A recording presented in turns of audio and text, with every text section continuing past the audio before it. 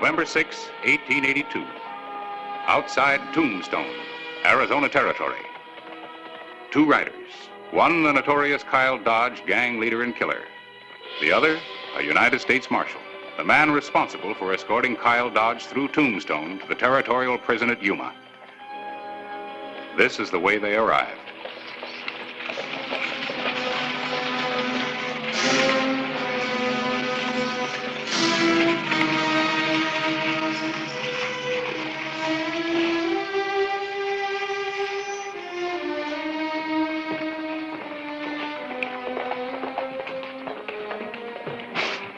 $0.25 for breakfast and a nickel tip. Prices are going up and up. There's no telling where they'll stop. Well, there's one thing certain. If they go much higher, I'll have to ask the city council for a raise.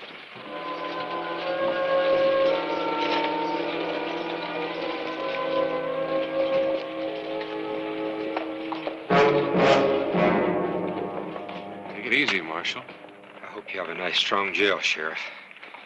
I was ambushed a couple of miles back. Get Doc Cunningham.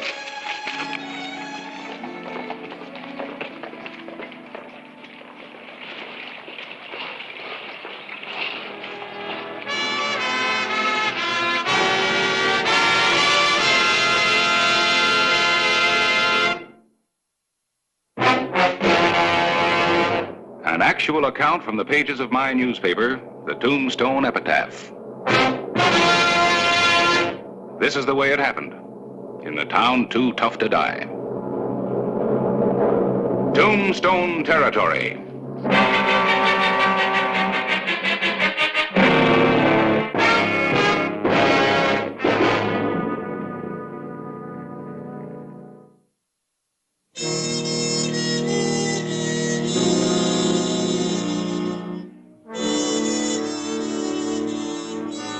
Sheriff Hollister had sent for the Tombstone physician, Doc Cunningham, to aid the dying marshal and his wounded prisoner, Kyle Dodge.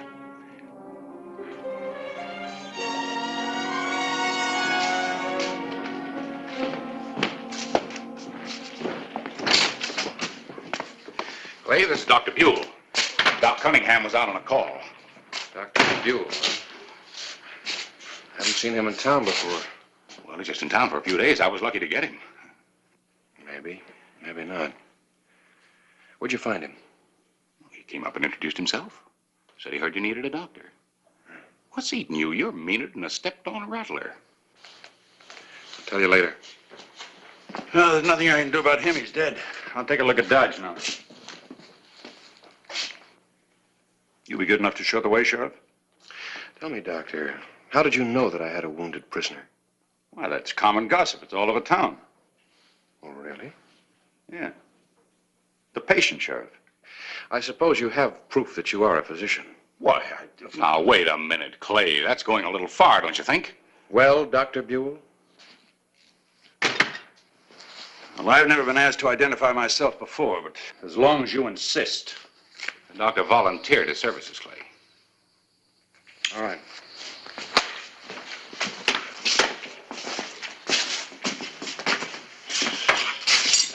I'll be watching you closely.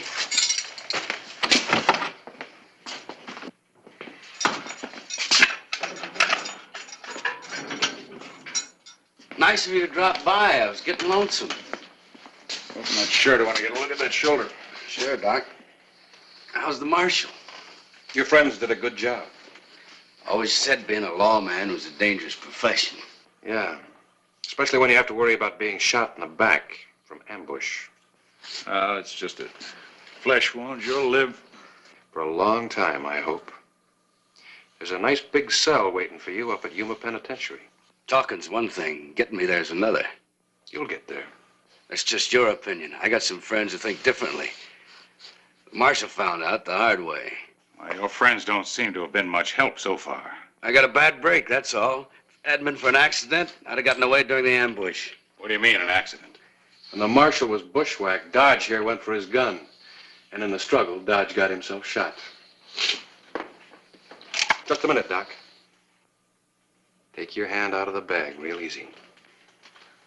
Now move up here.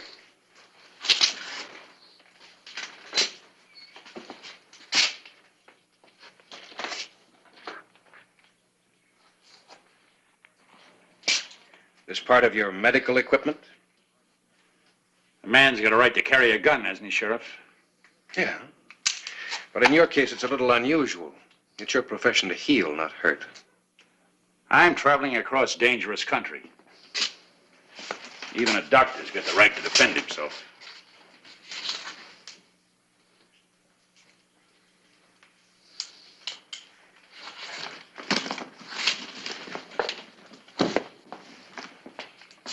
I'll take that back now. Sure.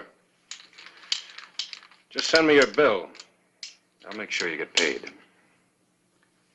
Thank you. And I'll include the price of 6 bullets with my statement. Good day, gentlemen. Little jumpy, aren't you, Hostler? Make sure you lock it up good. Your bird might get out and fly away.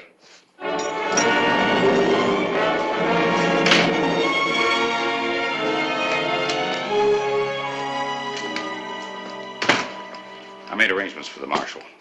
Thanks. I guess you're wondering about the way I treated Buell. Well, I wouldn't exactly call your attitude normal. While you're out looking for a doc, the marshal was able to tell me a few facts about Kyle Dodge. Well, he's a tough customer, and that's a fact. And he's got a lot of friends out of the same mold. Dodge and his gang have been raiding the small towns in the eastern part of the state. The only one they could capture was Dodge himself. Well, then how many of that gang do you suppose are in Tombstone now?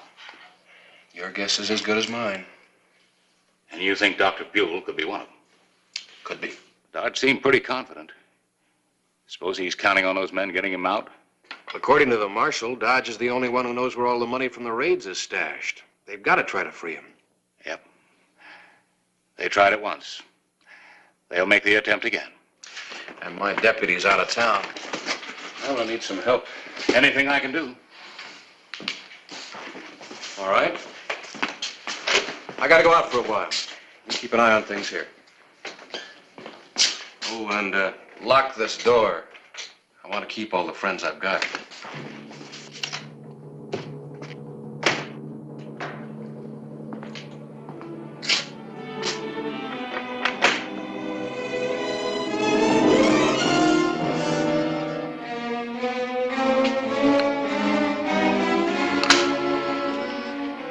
Sheriff Clay Hollister moved quickly to arrange for Kyle Dodge's safe delivery to the Yuma prison. His plan would take time, but he was determined that Dodge would not escape the law again.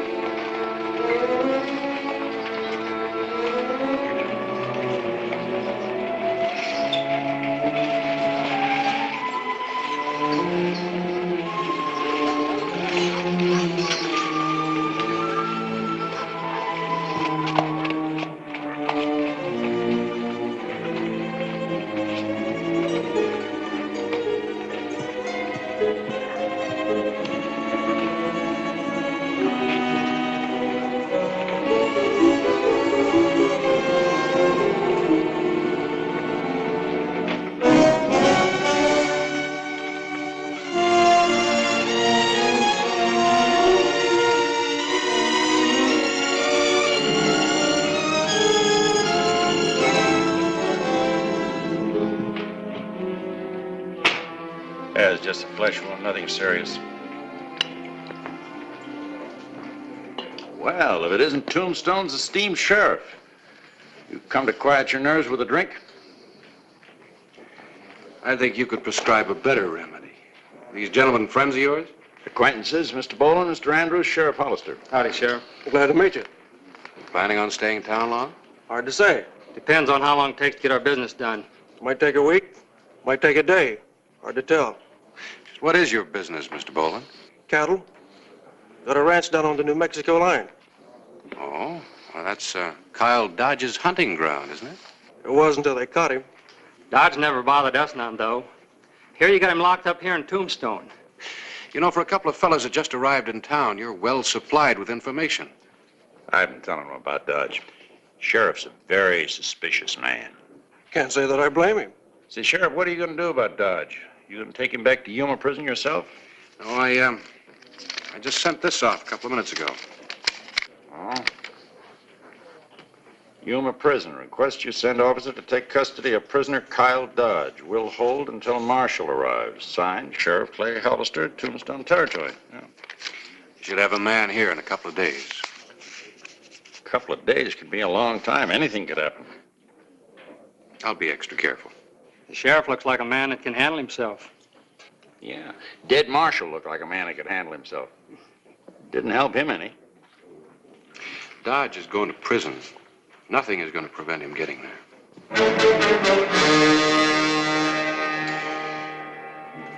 Set him up.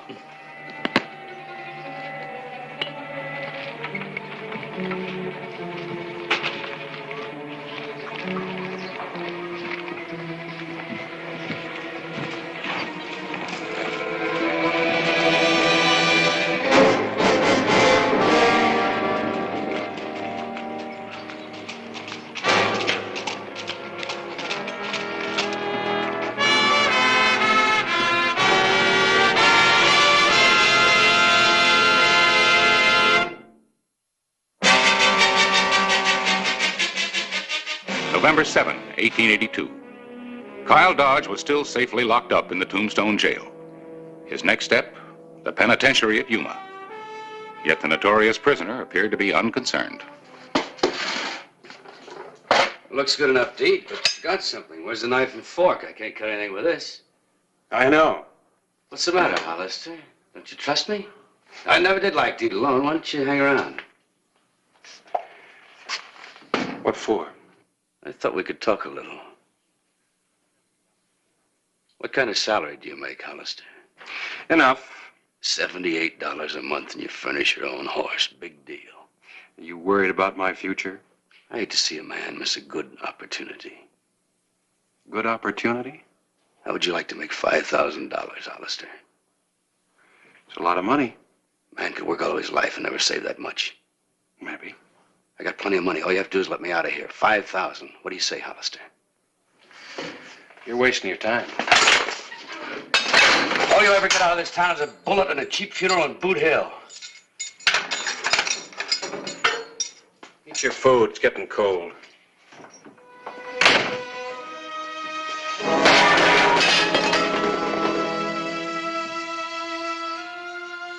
Night. As Clay Hollister made his final check of the town, he was doubly alert. He felt certain that Dodge's gang would attempt to release him. They had tried it before, and a U.S. Marshal was dead.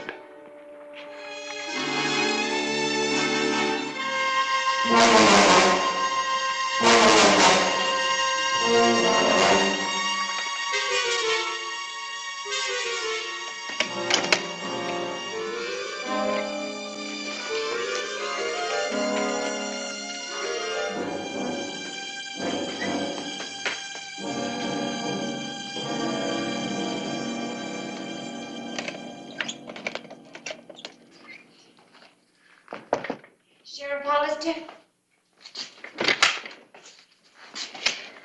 Something I can do for you, ma'am?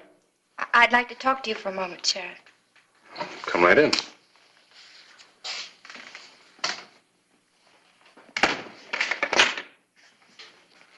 Yes, ma'am? I want to see Kyle Dodge, please. I'm sorry. The prisoner isn't allowed any visitors. Not even his wife? We were married a little over a year ago in Tucson. I didn't even know he had a wife. We kept it a secret. Even to the extent of not wearing a wedding ring? You don't wear a wedding ring when you don't want people to know you're married. I'm sorry, ma'am. I don't mean to doubt your word, but you're going to have to show me some proof that you are married to Dodge. Oh, would a wedding picture help? It might.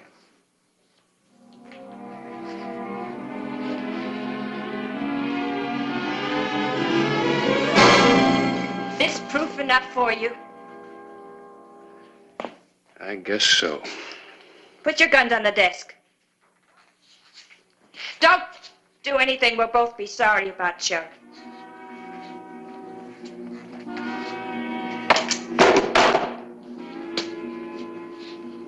Now, you better take me to see Kyle Dodge.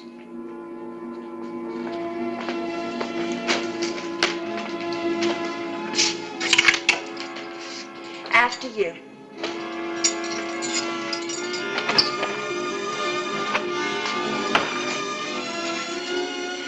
All right, open it. I told you I wouldn't be here long, Hollister. Better do like the lady says.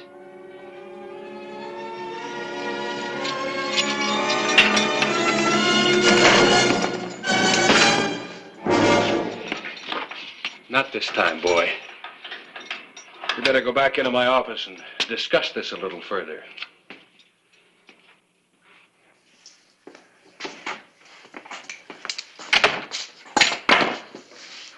I feel like such an awful fool. Anytime you're ready, start talking.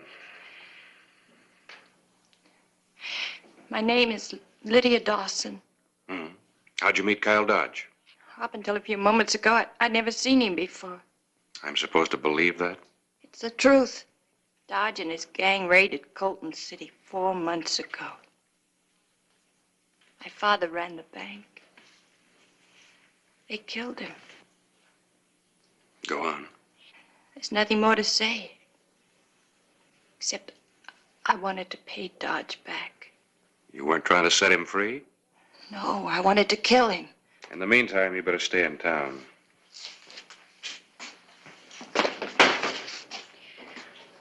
I'm staying at the hotel.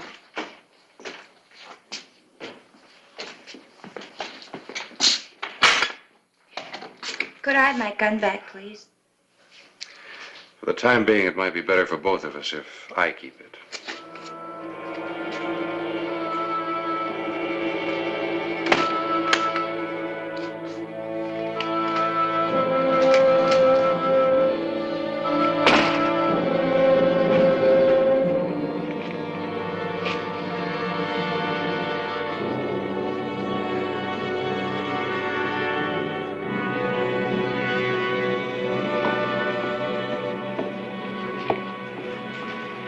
Dawson? Good morning, Sheriff. How long have you known Dr. Buell? For quite a while. He's from my hometown. Oh? Why? Just curious. Could I have my gun back now? I'm sorry, Miss Dawson. I haven't heard from Colton City yet. You will, Sheriff.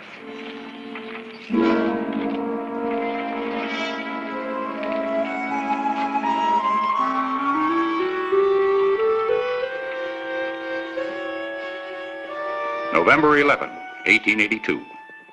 A lone rider on the trail outside of Tombstone. The man who rode in answer to Clay Hollister's telegram.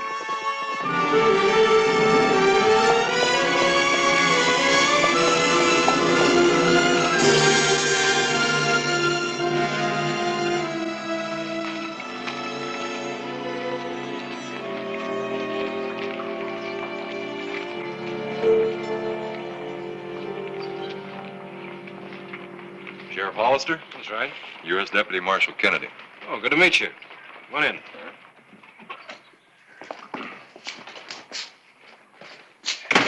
You didn't waste any time getting here. Well, the quicker we get Dodge to Yuma, the better. This is Harris Clyburn, the editor of the Epitaph. Hello, Marshal. How do you do? You got any credentials on you? Oh. Thanks. I thought sure the Marshal's office would send more than one man. Good enough. Yeah, there are a lot of strangers in town. No telling how many of them are members of Dodge gang. Well, Dodge is going to Yuma on the stagecoach. All we got to worry about is getting him aboard. I can handle it from there. When do you want to go? There's a coach leaving for Yuma in 20 minutes. I can make it. I'll get him. Need some help? No, thanks.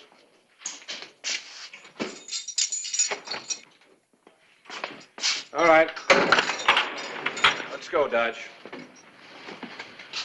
Where are we going, Hollister? Out of one jail into another one.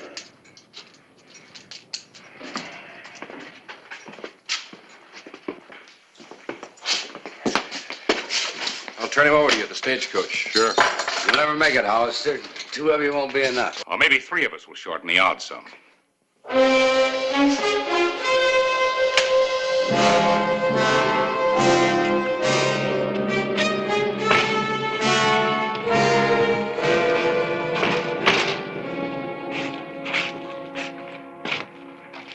Keep your eyes open.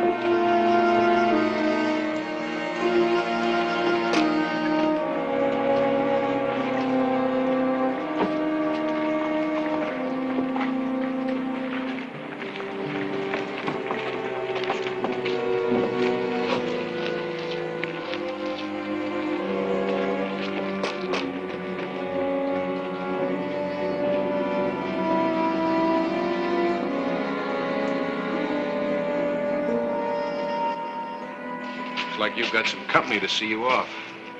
Harris, cover Buell and the girl.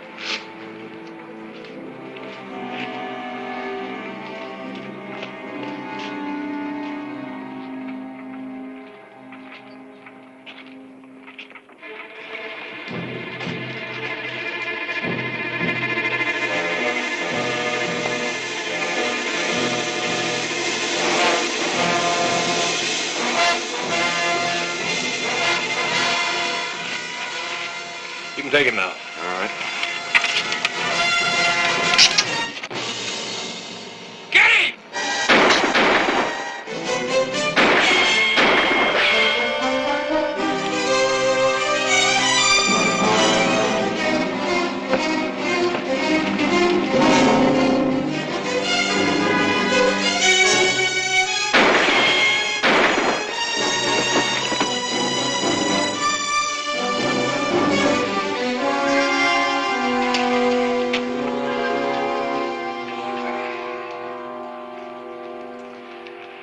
Well, Dodge, looks like you're not going to be lonely in prison.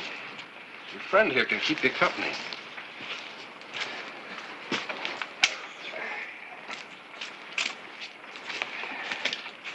How did you know Kennedy wasn't a marshal? I showed Bolin and Andrews a fake telegram saying I'd asked for help. I didn't send it. So Kennedy had to be working with Dodge. Uh-huh. What about those credentials he showed you? Forged. See, before he died, Marshall warned me to be careful who I trusted. He said that Dodge's men would stop at nothing to set him free. And not to be good advice. Yeah. Wish you were alive so I could thank him.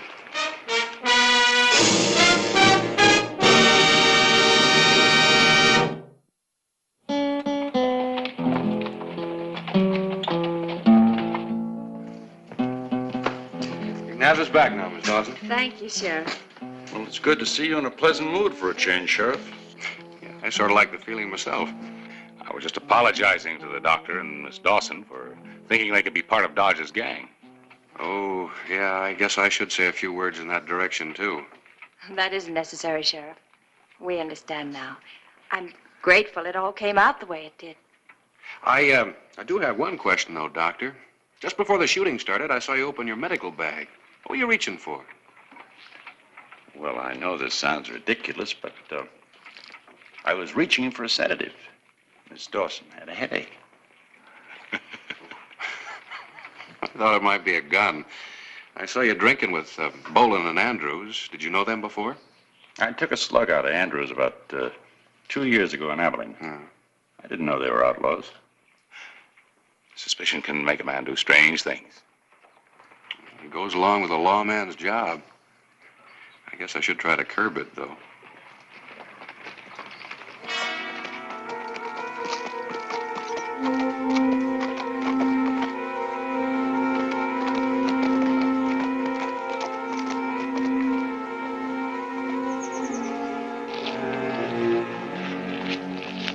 Uh-oh.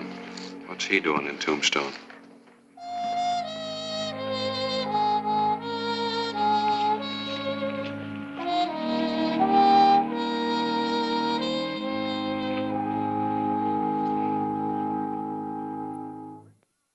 Whistle me up a memory, whistle me back where I wanna be, whistle a tune that'll carry me to Tombstone territory. If your past has run afoul of the law, it's a handy place to be. 'Cause your future's just as good as your draw in Tombstone territory. Whistle me up a memory, whistle me back where I wanna be, to Tombstone territory.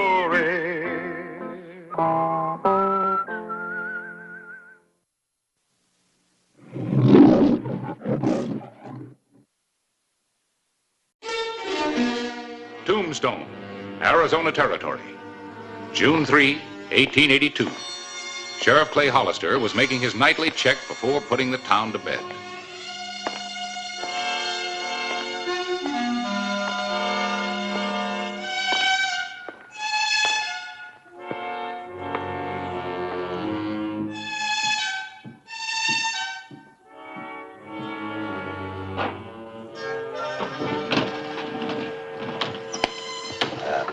How you doing, Rusty? Good evening, Sheriff. Or is it morning? Straight up. Take your pick. Well, it's good morning. How's business? Mighty quiet tonight. Huh? That's just the way I like it. Quiet.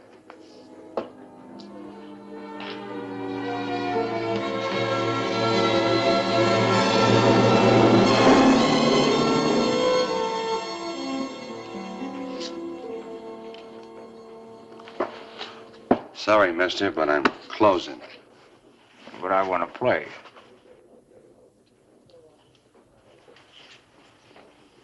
You heard me. Yeah, I heard you. How many chips do you want? No chips, just one hand, $100. It's your money. Yeah, that's right.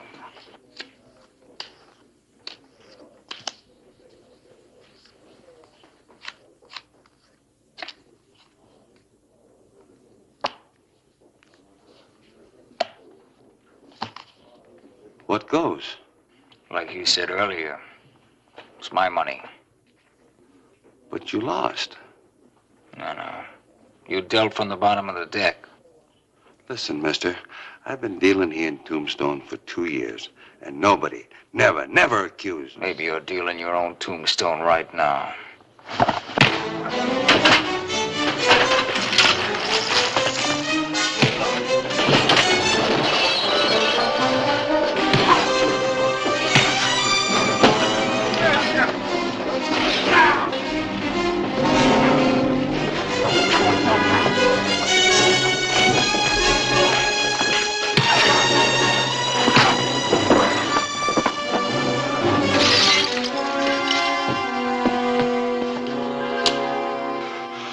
I'm not armed.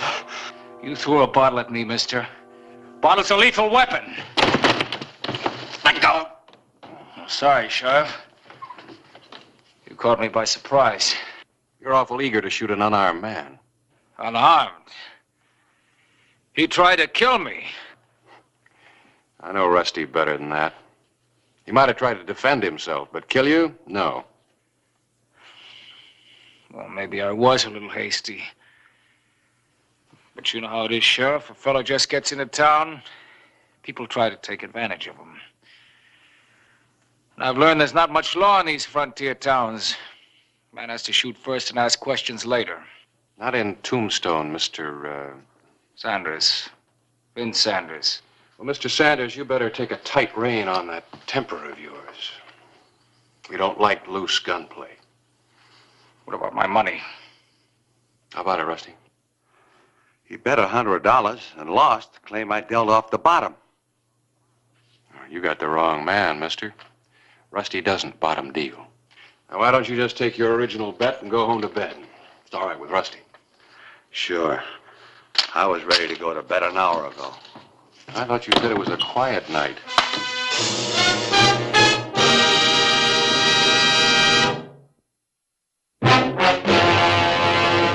An actual account from the pages of my newspaper, the Tombstone Epitaph. This is the way it happened. In the town too tough to die. Tombstone Territory.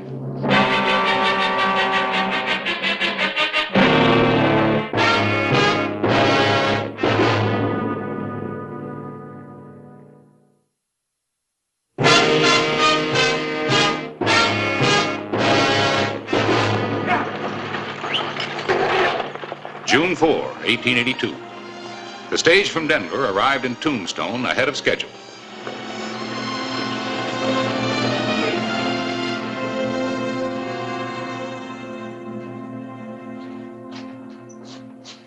Oh, hello, Harris. Say, I thought you were going to meet the stage today. Isn't Bert McGraw due in? Yeah, I thought you might want to come along. Stage is due any minute. Oh, that's a good idea. I can stop by Hatch's on the way back, get a bite to eat. What's wrong? Nothing. Nothing at all. As a matter of fact, things are improving around here. What, Bert, welcome home. Hi, fellas. We were just going to meet you. You two are the first to know. Gentlemen, this is Jeannie, otherwise known as Mrs. Bert McGraw. Jeannie, Sheriff Hollister, Mr. Clyburn of the Epitaph. How do you do, gentlemen? Well, congratulations. When did all this happen? Day before we left Denver.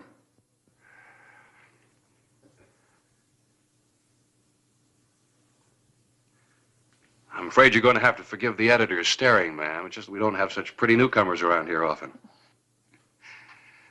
Congratulations, Bert.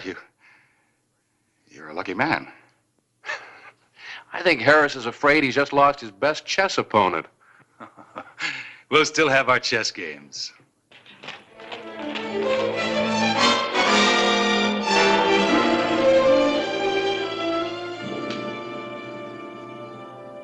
I hope you enjoy living in Tombstone, Miss McGraw. Oh, I'm sure I will, Sheriff. We'll do our best to see that you do. Thank you. Come on, Bert. Help you with the bags.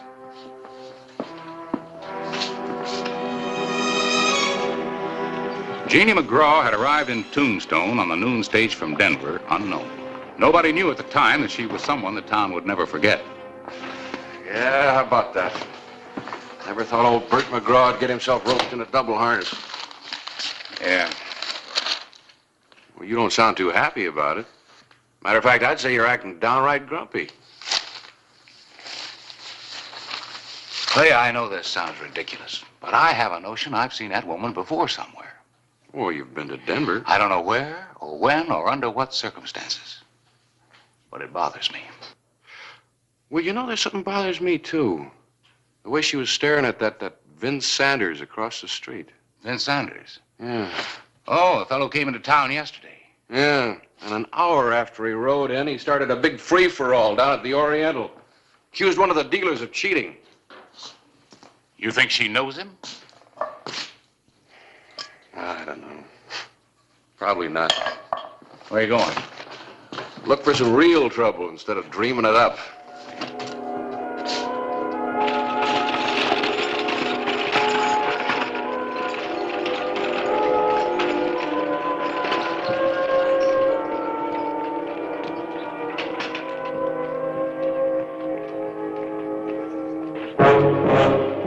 Allow me, ma'am. Leave me alone. You don't really mean that, do you? Sanders! Leave the lady alone like she told you. Just as you say, Sheriff. This time. Thank you, Sheriff. Oh, Miss McGraw, you know that man? But I'd rather not discuss it. Excuse me.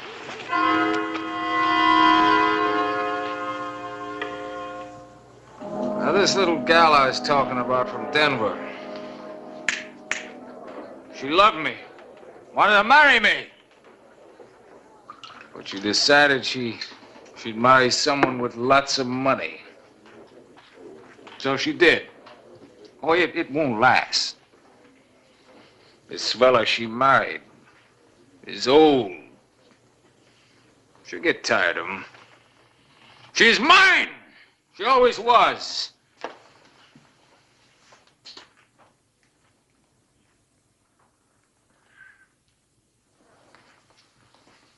Evening, McGraw. I thought the happy bridegroom would have lots better things to do than hang around saloons. I heard you were talking like that.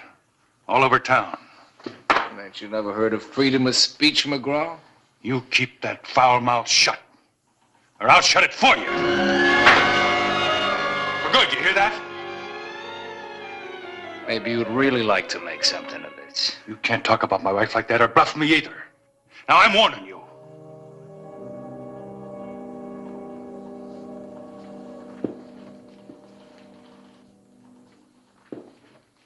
McGraw, you ain't never gonna get out that door alive.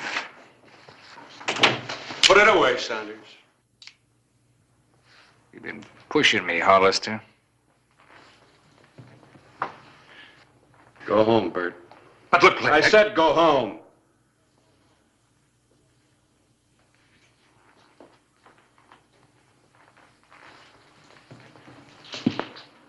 I know what you've been doing, Sanders. That's why I'm here. You leave the McGraws alone or I'll throw you out of town. Sure, Hollister. Anything you say.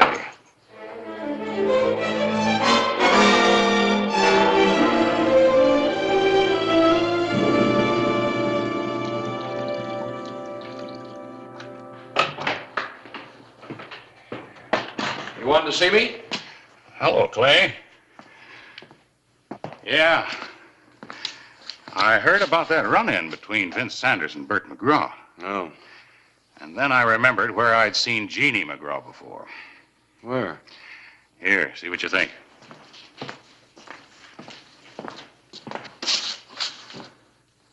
A Santa Fe paper dated 6 months ago? Look at the picture there on the front page. Oh, yeah. Woman widowed for the second time in 2 years.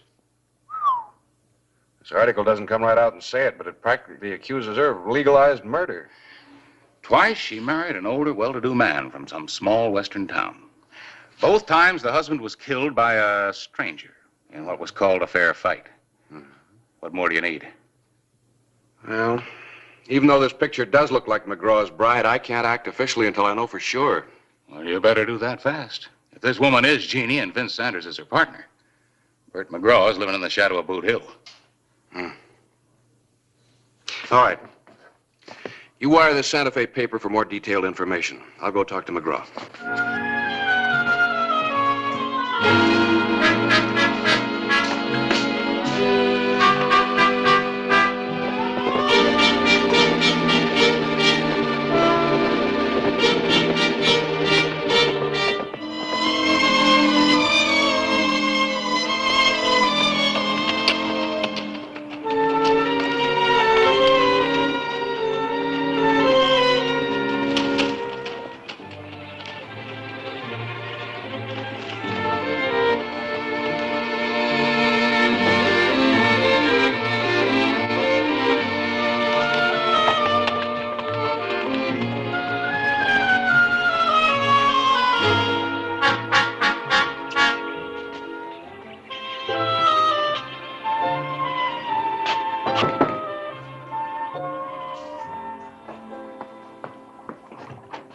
Sheriff Hollister. Ma'am. Nice of you to come by. Sit down. Let me get you something. Oh, no, thanks. I want to talk to Bert. Well, he's not here. Well, could you tell me where he is? He's on the other side of the hill, dynamiting stumps for grazing land. Thank you. Well, Sheriff, what do you want to talk to him about? Maybe I could help. Yeah, maybe you could. Did you hear about what happened last night in town? You mean men brawling? I hear you have a lot of that in Tombstone, Sheriff. Mrs. McGraw, you know Vince Sanders, don't you? I've already discussed that with my husband. One more thing, Mrs. McGraw. I have chores, Sheriff. Mrs. McGraw, were you ever married before?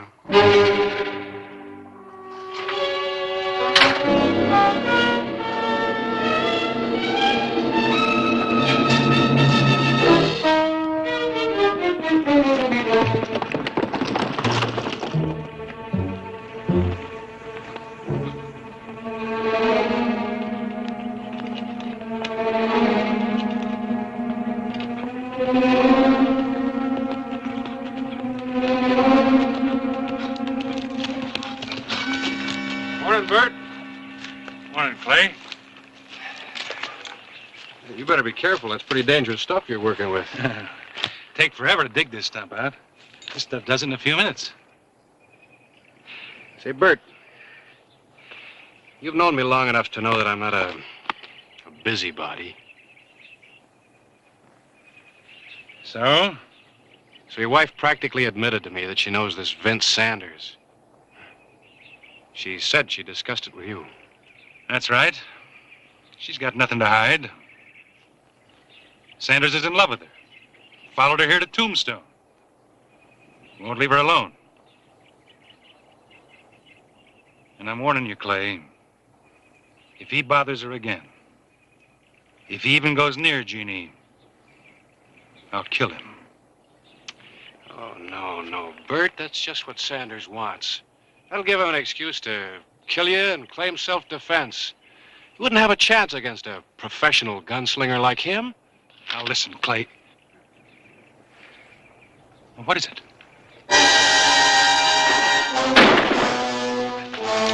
Somebody tried to shoot at me. Not you, the dynamite.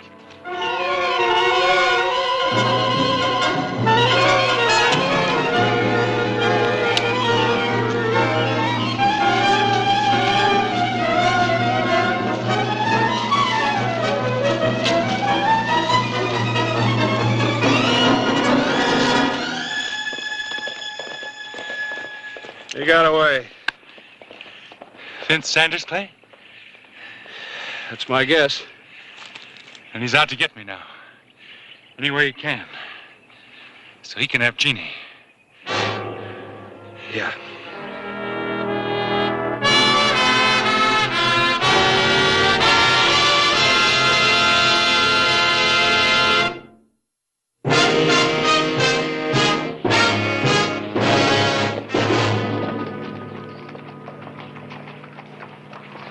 An attempt had been made on Bert McGraw's life, one calculated to kill Clay Hollister at the same time, if it had been successful.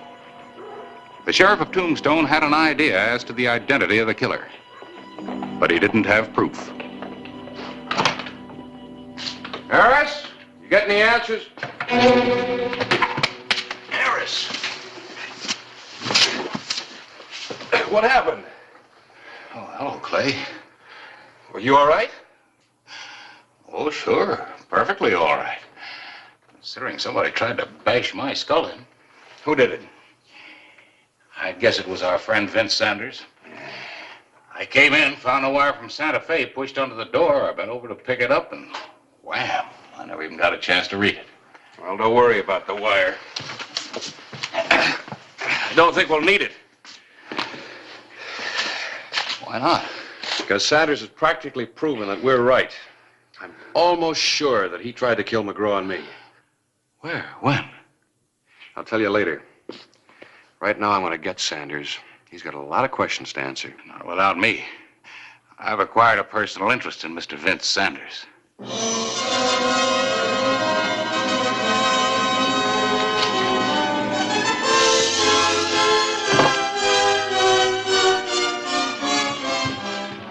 Vince Sanders was a step ahead of us.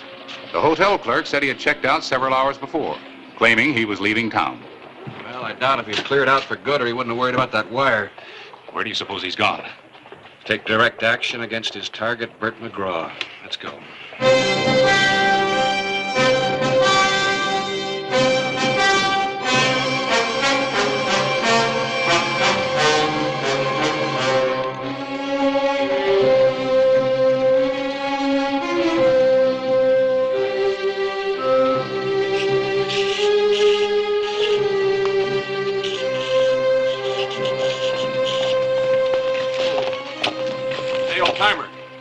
McGraw home? No, he's out at the line camp shack on Stony Hills.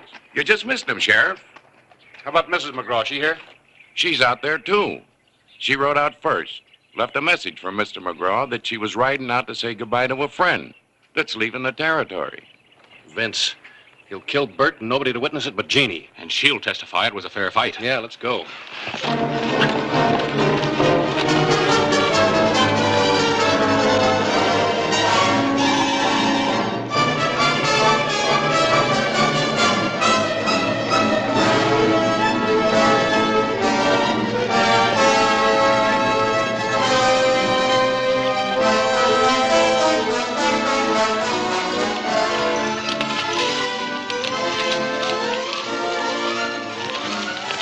No sign of him. He must have been farther ahead of us than I thought. Still about 5 miles to that shack. Uh-huh. We'll take that dry riverbed. We can cut off a mile that way. Come on.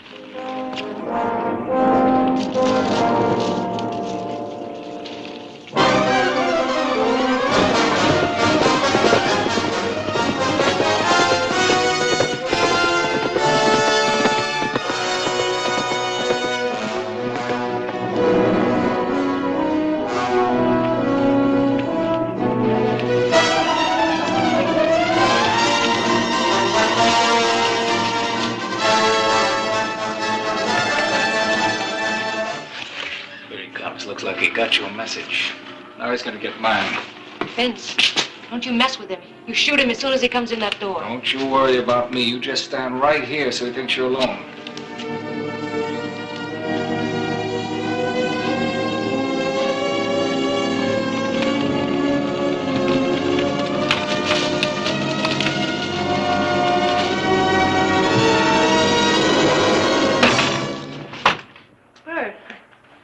Where is he?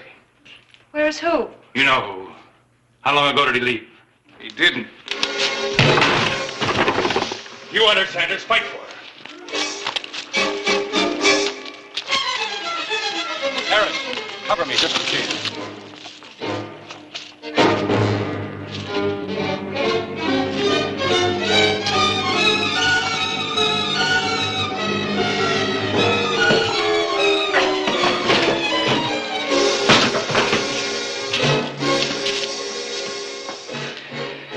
wouldn't dirty my hands. Well, stop stalling and shoot him. I just want to see him suffer a little bit.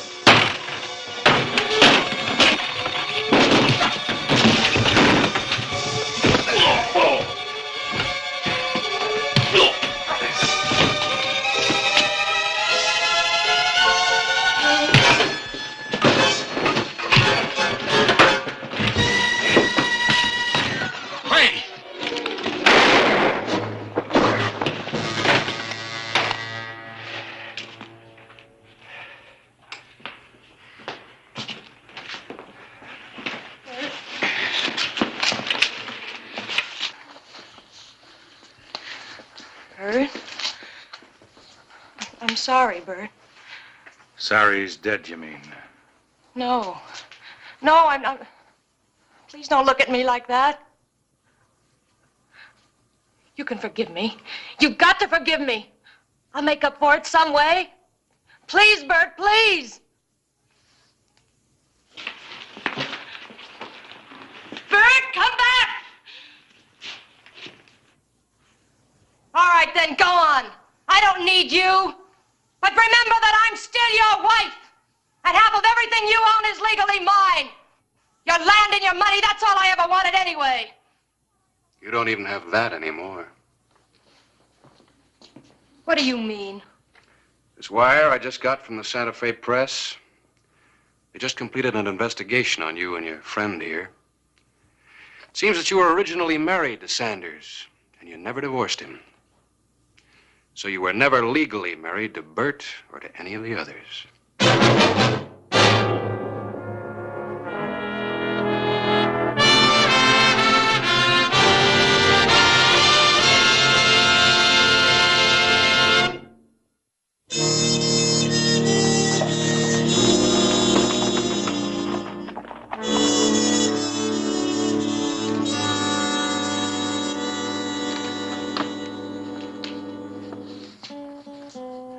You're getting to be a pretty good newspaper man, Harris.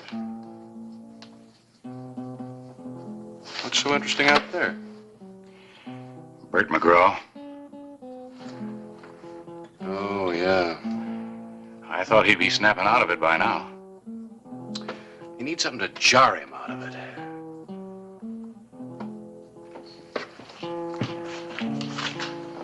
What hit you?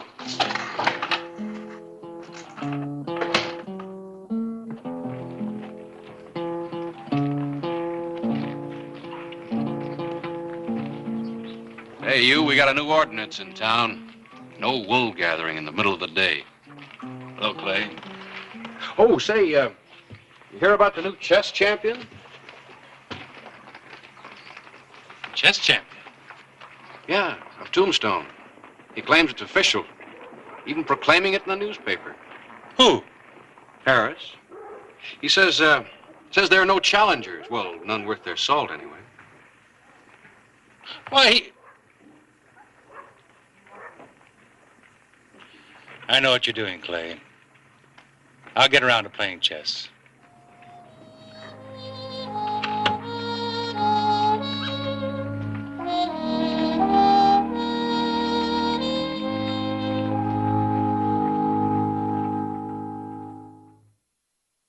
Whistle me up a memory, whistle me back where I wanna be, whistle a tune that'll carry me to Tombstone territory. If your past has run afoul of the law, it's a handy place to be, 'cause your future's just as good as your draw in Tombstone territory. Whistle me up a memory, whistle me back where I wanna be, to Tombstone territory.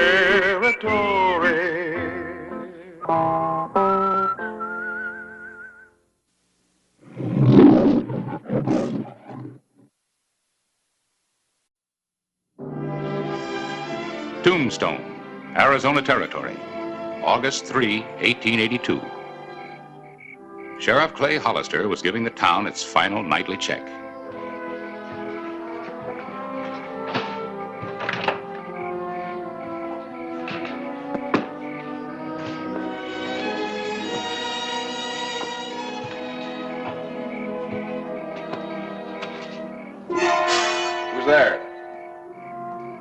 Sheriff. Adam Kirby. It kind of scared me. Till I saw who it was. What's the matter, Adam? Somebody after you? Man never knows who might have it in for him, Sheriff. Well, I think I'll turn in. Night, Sheriff. Oh, Adam, you got a place to stay? Best place in town.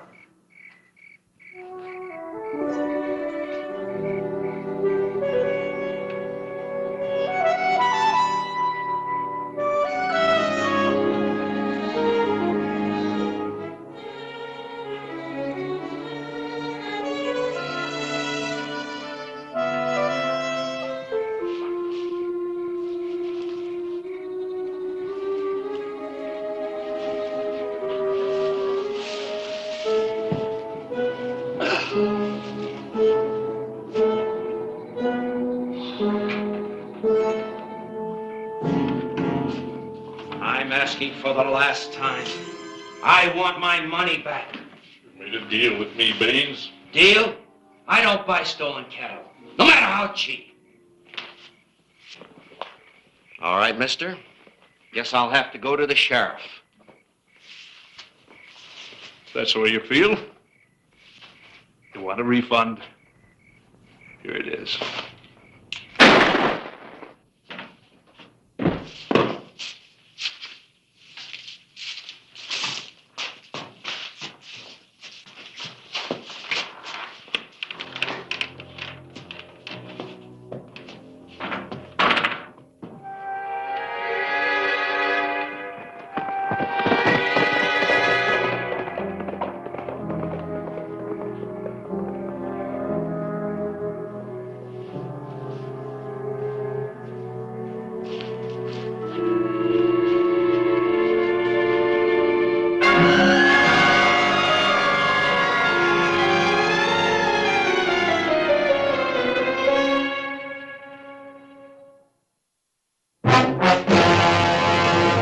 An actual account from the pages of my newspaper, the Tombstone Epitaph.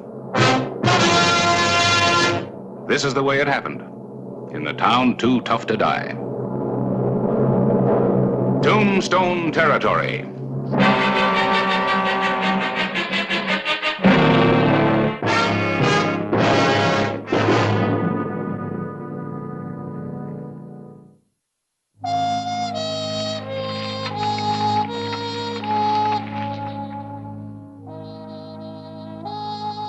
The morning of August 4, 1882. A murder had been committed in Tombstone, and there were no witnesses, no clues. Hello, Harris. Morning, Clay. Hear you had a killing last night. Boy, bad news sure does travel fast. Always. Anything to go on? No, not a thing. Not even this. Sum total of a man's life. Yeah. I didn't know Baines very well, but he seemed like an honest man, worked hard, kept out of trouble. Looks like Tombstone's lost a good citizen. The town hasn't many to spare. You know, editor, you're getting to be a cynic. Where are you going? See if I can check up on Baines' movement last night. Mind if I tag along? Sounds like a story. Yeah, the same old story.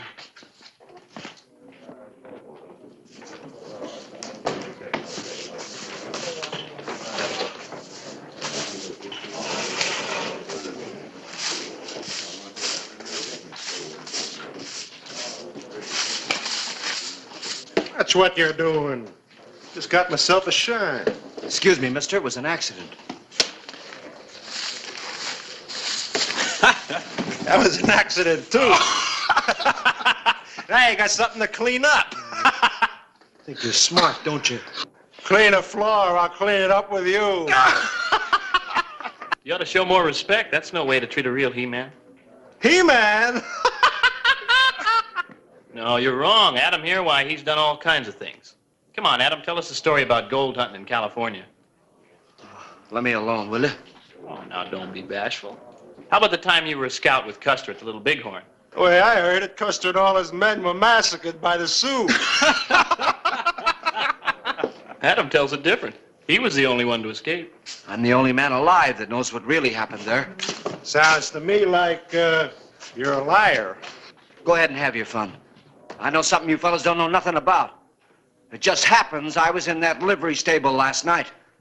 Now, what do you think about that, huh? Sounds interesting, Adam. Do you see anything? Saw that fella Baines get killed, that's all. Are you telling the truth, or is this just another one of your stories? I was right there, bigger than life. Did you recognize who done the killing? Never mind the details. You can tell me later down at my office. Let's go. Well, I just can't walk out and leave my job, Sheriff. Now, don't worry. You're not going to get fired. You may even get a promotion if you can identify the killer. Well, there's no hurry. I'll be over and see you later. Now.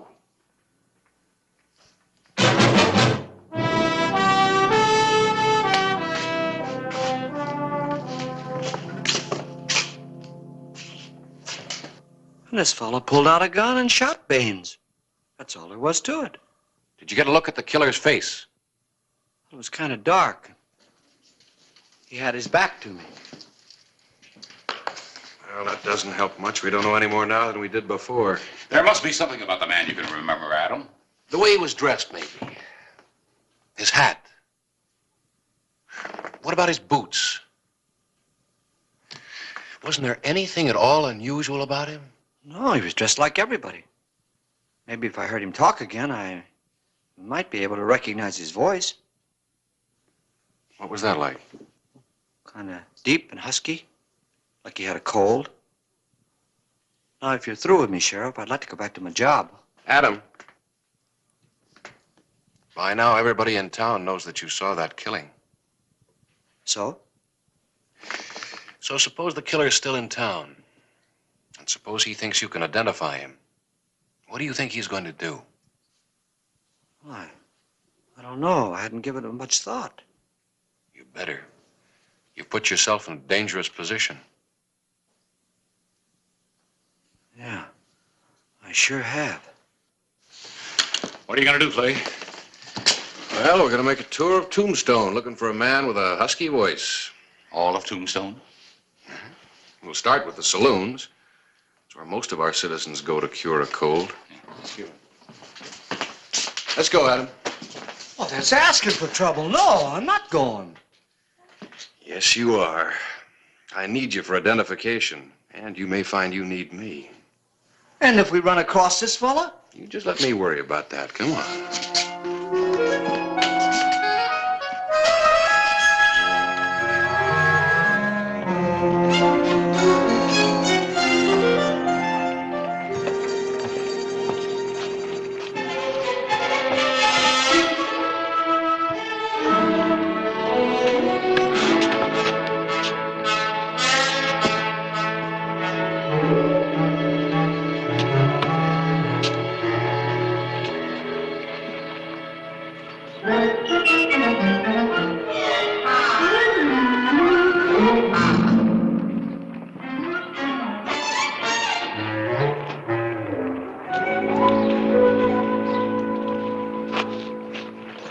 That man over there. That looks like him. At least on the back it does. All right. Excuse me, mister. Mind if I ask you a few questions? All depends on what they are. What's troubling you, Sheriff? Adam? No, I made a mistake. A big one. When I opened my big mouth. Sorry to trouble you, mister.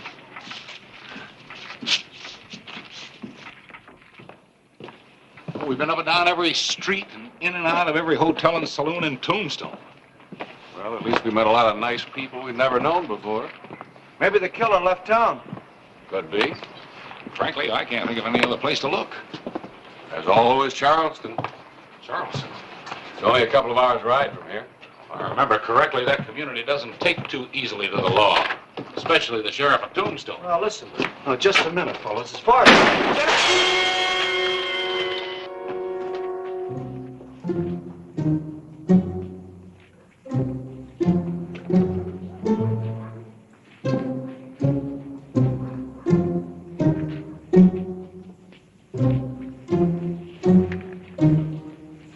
Did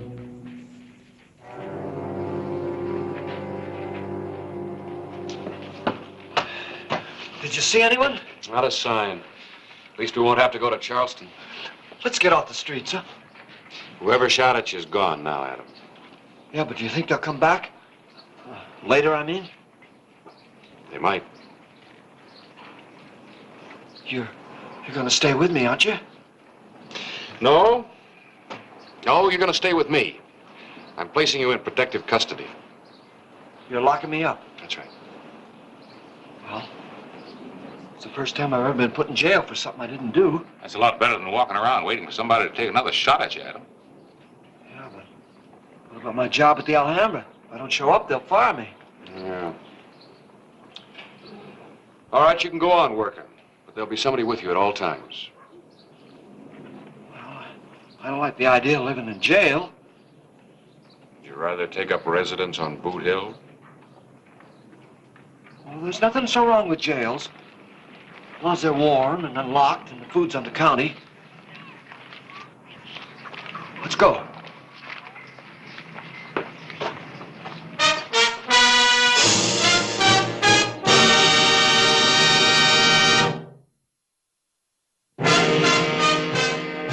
August 6, 1882.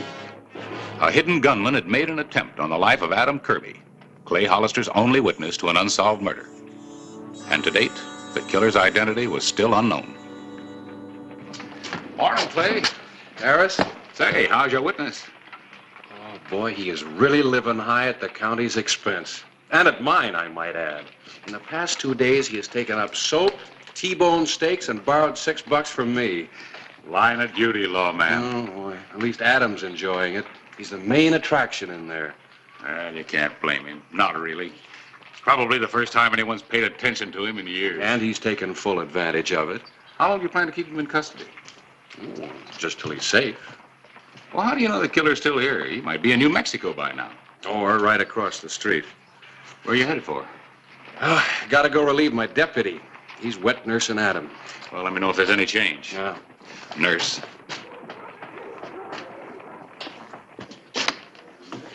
Everything all right? Well, it is as far as Kirby's concerned, yeah. I'll take over.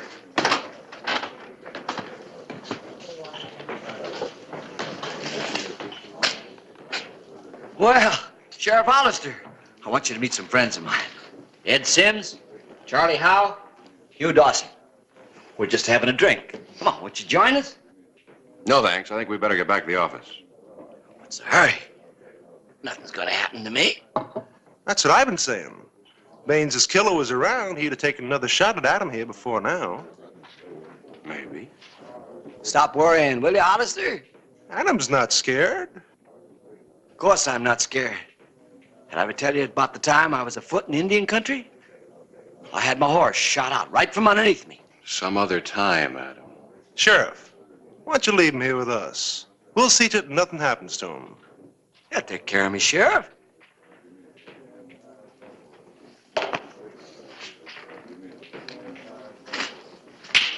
Well, I'll see you later, fellas. I got a horse for you from the livery stable. Oh, are we going somewhere? Yeah, Charleston. Well, why Charleston? Just too quiet around Tombstone. Well, can't we go there tomorrow?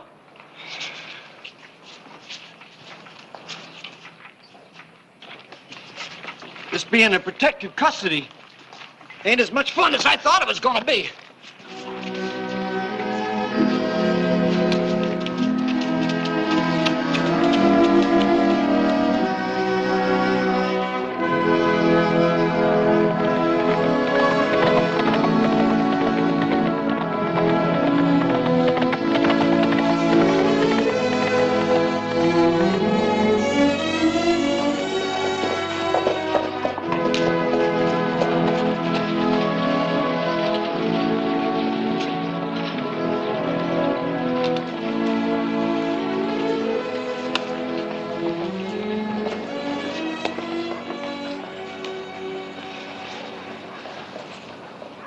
Kind of quiet here, too.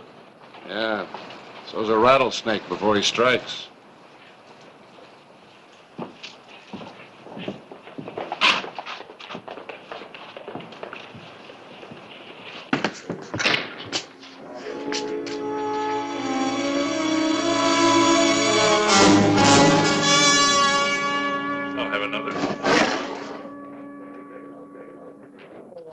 the matter? Oh, nothing. Nothing at all. Come on.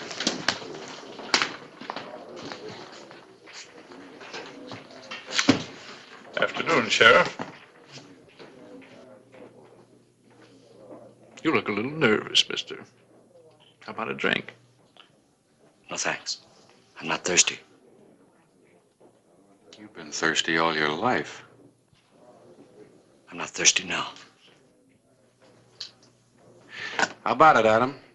This man anybody you recognize?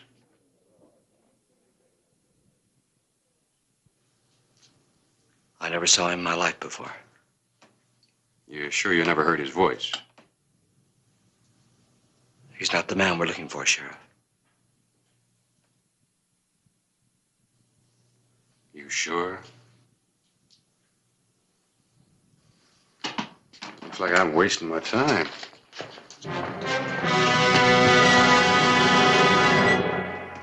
Oh, it's been a long day, Sheriff. I'm tired. I'm going to bed. I'll see you in the morning. Good night. Good idea. Maybe you can get yourself a room over at the hotel. Or you can go back to the Straw. You see, it looks like you're right. Killer's left town, so I'm turning you loose. Well, you can't do that. It's your duty to protect me. Seems to me I've done my duty. Not quite sure that you have. I don't know what you mean. I think you do. Oh, you better take that. You'll need it.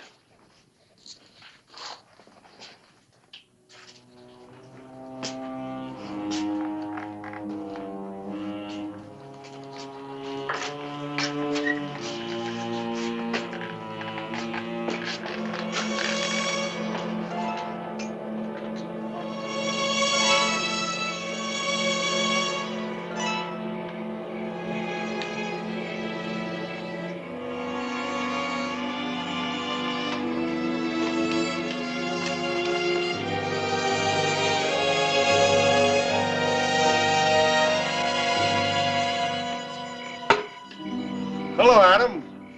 Come on in. Have a drink with us. No, some other time. Oh, there's no time like now. Come on in. Hey, you look kind of low. Is there something we can do? No. No, thanks. Nothing, no. Well, that's the first time I've ever seen you carrying a gun, Adam. It's not my idea. The sheriff loaned it to me. He said I'd need it to protect myself. Thought Hollister and his deputies looking after you. Not anymore, they ain't. They turned me loose. What he cares if I get killed. You stop worrying about it. Nothing's gonna happen to you. That's so, Hal? You stick with us, Adam. You know, I think I will have a drink with you fellas. Now you're talking. Thanks. Hey, we'll have us a real celebration. We'll make this a night like you never had before.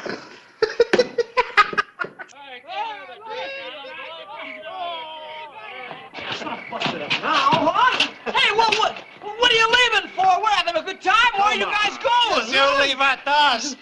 Celebration's just starting. Oh, we're gonna have a party? Well, good, let's go, huh? Wonderful. Hey, you boys, listen, I've been around this town a long time. You see those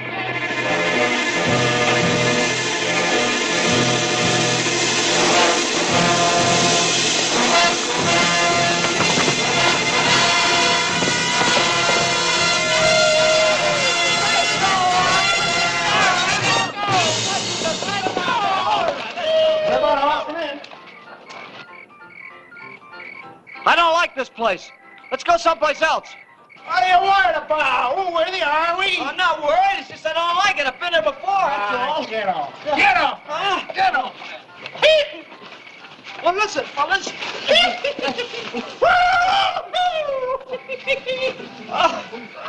go. There you go. Dance around, boy. Dance around.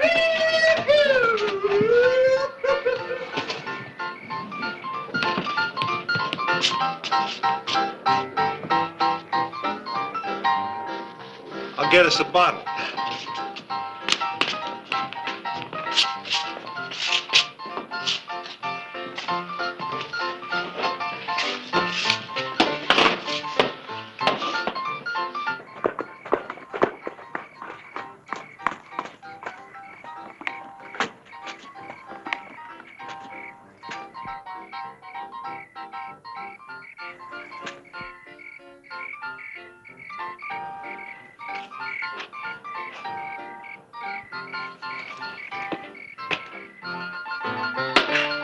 Never had a better time in my life. The best part of the party hasn't started yet. It sure hasn't. Told you this would be a night like you never had before. I hate to break up this friendly gathering, Mr. Kirby, but we have some unfinished business.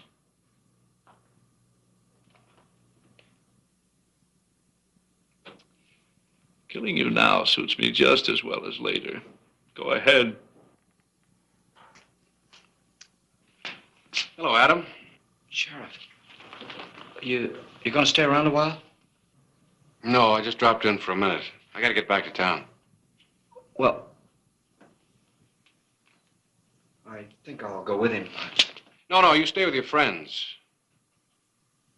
Unless, of course, you've got something to tell me.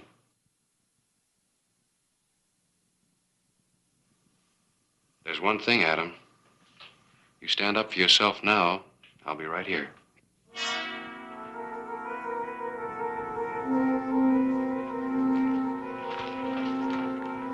There's the man you're looking for, Sheriff.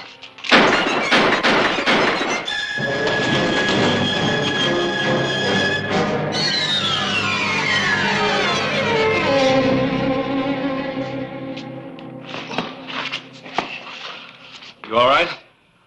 Yeah, I'm all right. I got a real story to tell him now.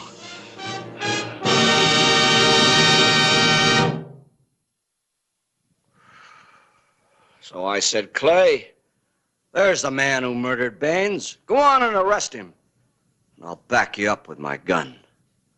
Well, the sheriff's a cautious man.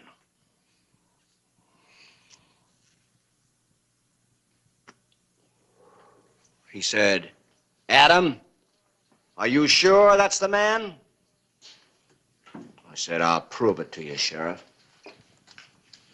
So I walked right up to this Wallach and I spoke up. And I said, you're a dirty murderer. And then what happened? Well, he just stood there. But I knew he was going to go for his gun. Go on, Adam. Well, stop interrupting me, will you? You confused me with the facts. Where was I? Wallach was just going for his gun. Oh, yeah. Well, there was a silence. Oh, about 5 seconds. And Wallach started to draw. Well, I pulled my gun and Go on, Adam. Don't let me interrupt you. I was just telling him about the fight, Sheriff. According to Adam here, why, he practically took care of Wallach and that bunch all by himself. Is that true?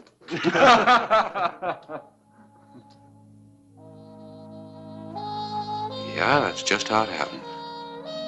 Go on, Adam. Tell your story. Well, like I said, I pull my gun just a split second before the sheriff. And just as cool as you please. Whistle me up a memory, whistle me back where I wanna be, whistle a tune that'll carry me to Tombstone territory. If your past has run afoul of the law, it's a handy place to be.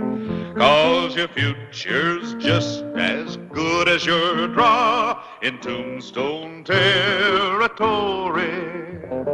Whistle me up a memory, whistle me back where I wanna be, to Tombstone territory.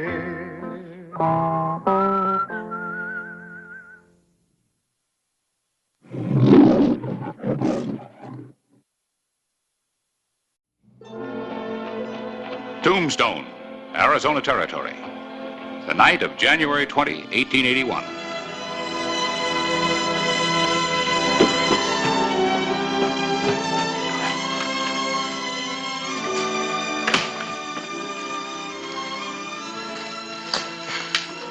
Valerie. Oh, Mr. Clyburn. Guess you didn't expect to see me back in this town. Do you know where Clay Hollister is? I suppose he's in his office, isn't he?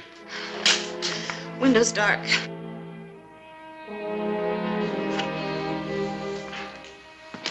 He's coming across the street now. Gotta talk to him alone. I'm a little scared. Why? Sort of wore out my welcome with the law here in Tombstone. Clay wasn't just the law to you, Belle.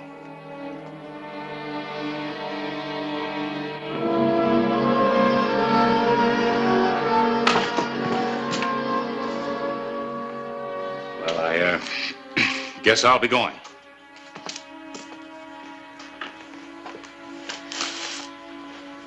Lock up for me, will you, Clay?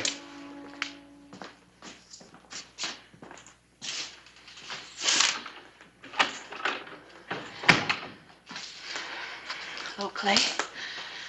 Belle. Thought I recognized you. Saw you riding in. I wouldn't have come back here, but I'm in trouble.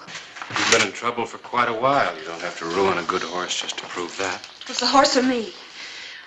He's following Clay. Ben Quaid? Yes. But he won't ride into town. He's afraid of you. That's why I had to come to Tombstone. He'd hunt me down anywhere else. You can understand that. Can I? I've tried to understand a lot of things about you. Like why you ever took up with him. I don't know. Let's say a girl sometimes feels too much and sees too little. I made a mistake, I know it. I've got a chance to correct that mistake. My sister's coming to take me back east. Do you mean it, Belle? When? Noon stage tomorrow. All right. You go on over to Nellie Cashman's Russ house. Nellie isn't there, but you tell Miss Bowers I sent you. I'll take care of your horse.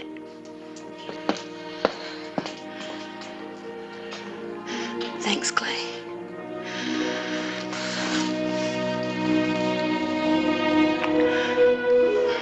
For old times, Clay. And all times.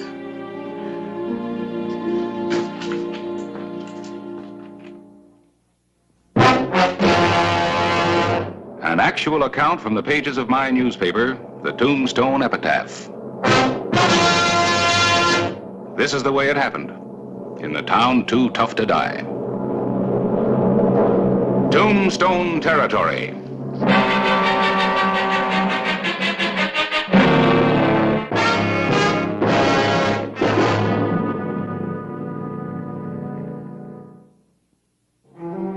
The morning of January 21, 1881. Hermit Mesa, a short distance from Tombstone.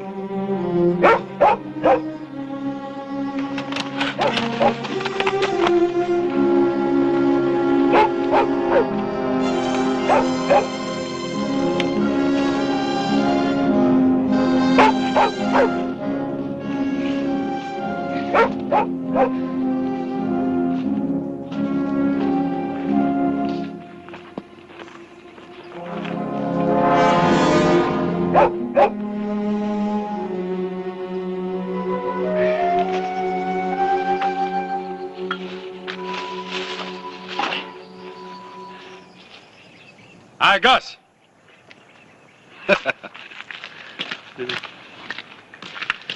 Oh, it's Mr. Ben Quaid back again. Look, I got some sulfur from that old mine at Sulphur City. You got any finished powder you want to trade? Yeah, Real good stuff, huh? the finest. Well, I'll take that keg there. You lash it onto my horse so it'll ride real nice and easy, huh? Yeah. Yeah.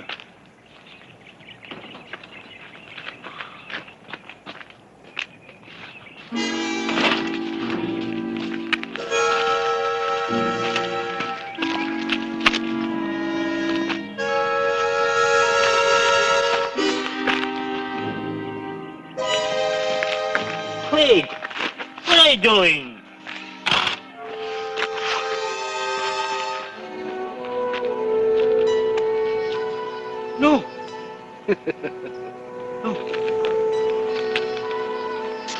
What are you doing? You're burning up my plate. No. Oh, no. No. Oh, no. Oh, no. No. Oh, no. No. Oh, Mike. Mike. Oh, Mike. Mike.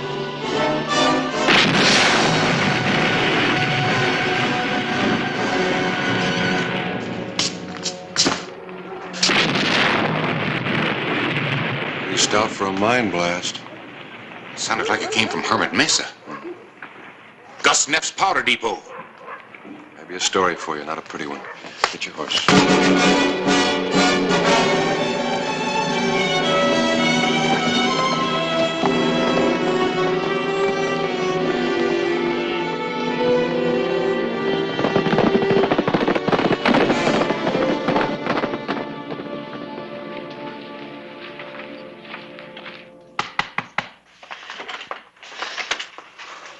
Ben. Yeah.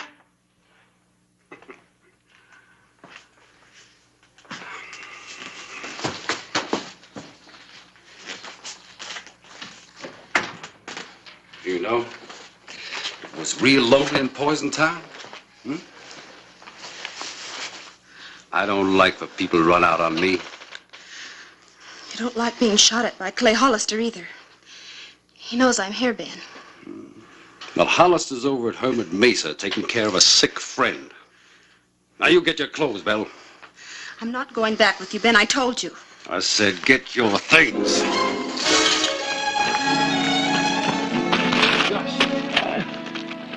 You're safe now, Gus. You're all right. Why would he do such a thing? Who, Gus? Ben Quaid. I should never have done business with him. Quaid? Mm. Terrace, take care of him. Get him to a doctor. Sure. What's on your mind? Ben Quaid and Belle Reed. He blew this place up to get you out of town. He'll head for the border. And once he gets both boots in Mexico, he's free as smoke.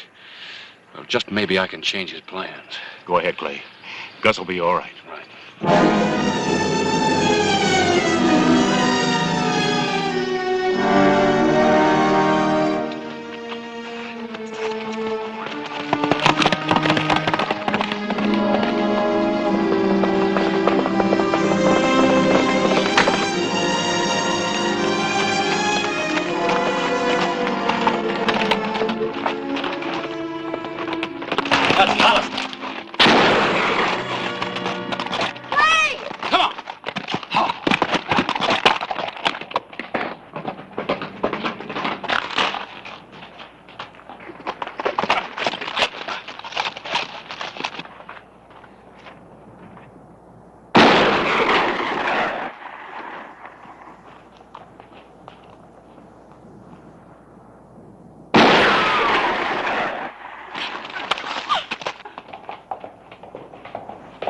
Get out, Belle.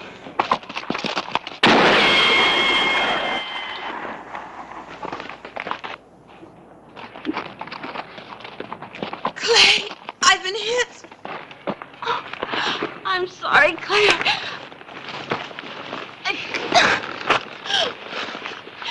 Hurry, Clay, my sister. I want to see her. You'll see her. I promise.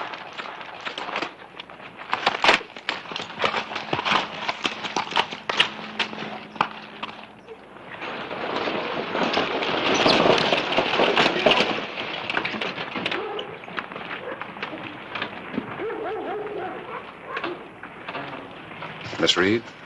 Yes? I'm Clay Hollister, sheriff here in Tombstone. My sister Isabel mentioned you in her letters quite often when she first arrived here. Yes, she spoke often of you two. Where is my sister, Sheriff? Why didn't she meet me? Would you mind stepping into my office for a minute? Yes, Sheriff. I'll get her luggage and leave it at the Russ house.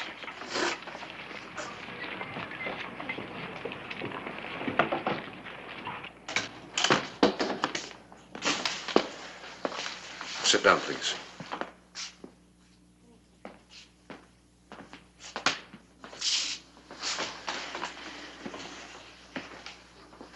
Is there something wrong, Sheriff?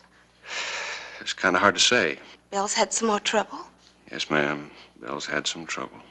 Well, where is she? I want to see her right away. She's in Doc Cunningham's office.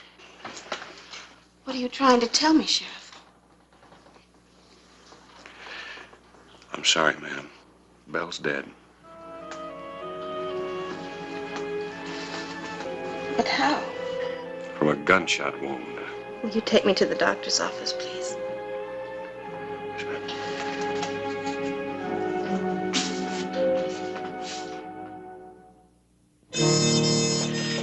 The morning of January 22, 1881, Belle Reed was dead.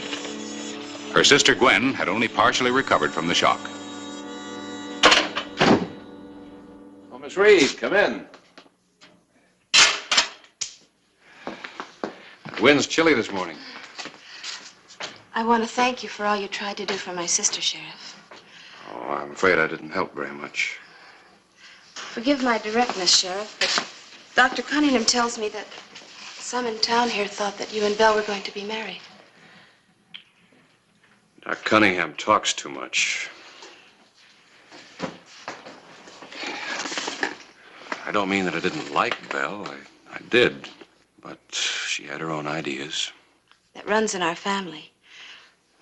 I liked her too, Sheriff. I loved her. We've got to do something about her murder. We, Miss Reed? Please call me Gwen. Sheriff, after you brought Belle to the doctor's, why didn't you take some in and go after Quaid? Well, because he would have been across the border into Mexico before I could have caught him. Why didn't you follow? I can't. Not wearing this star, no lawman can. Quaid knows that. Well, a lawman can't. But a woman can. You? Oh, Gwen, you're new out here, and you've been through a lot. You better let me handle this. Sheriff, my sister was murdered yesterday. And I've got an idea how to get the man who did it. Are you interested? Of course I'm interested. It's my job. And it's a lot more than that. Quaid doesn't know my sister's dead, does he, Sheriff? No, he's hardly the inquiring kind when he's being chased by a bullet. And I look almost exactly like Belle. When you got off that stage, you could have been Belle 16 months ago. If I were to wear her clothes and fix my hair like hers, even Quaid wouldn't know the difference. Oh, for a little while, maybe. But how would you find him? You don't even know what he looks like.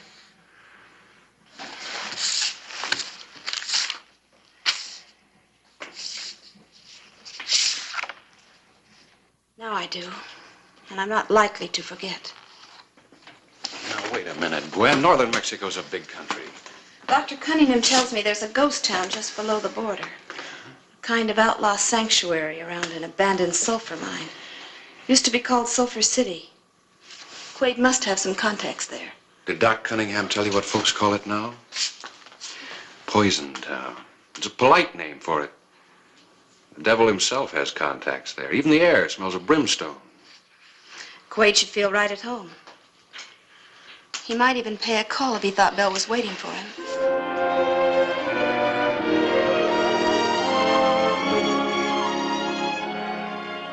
There they are. All Belle's things. I've washed and mended her blouse, too. You've been awfully kind, Mrs. Bowers. Everybody has.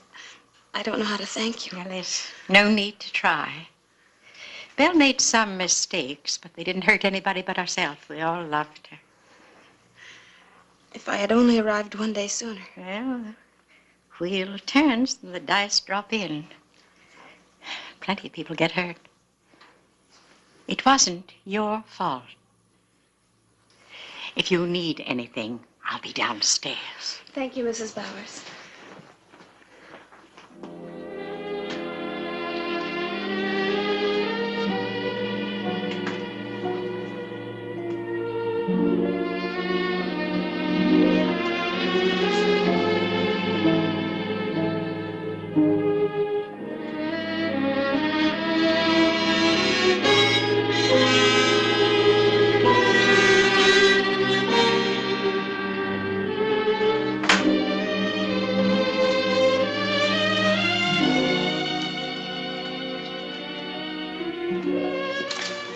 Clay, I'm worried about that nice Miss Reed. Well, why, Miss Bowers? Well, I left her a couple of hours ago, crying her heart out. She blames herself for Belle's death. So I went up just a minute ago to see if I could fix her some lunch. The room's empty. She left this for you. She's left for the border. Yep. Isn't that riding outfit that Belle was wearing when she died? She's wearing it, Clay. Her own clothes are on the bed. She's gone to Sulphur City. By herself? What for? She thinks she can convince Quade's men that she's Belle. Get Quade back across the border. That's like walking into the devil's living room. Clay, you've got to go after her. That's about what she figured. Well, you can't take him in Mexico. Well, I guess I'll just have to take a vacation.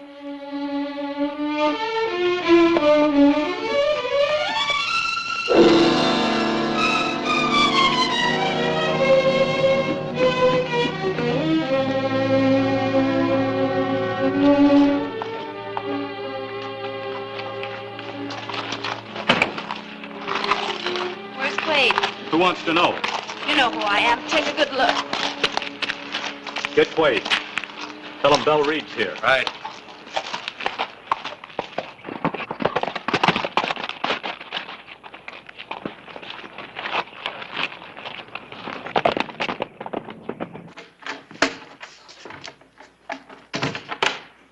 So you came back, pal? I figured you would. What about that sister? Took one look at me and started crying. Then she began preaching how I disgraced the family. You know the name she called me. Well, I'll make you forget all about that. Yes, sir. Now, come here. Ben, we've got some talking to do. Well, you never were one for talking. Not my Belle.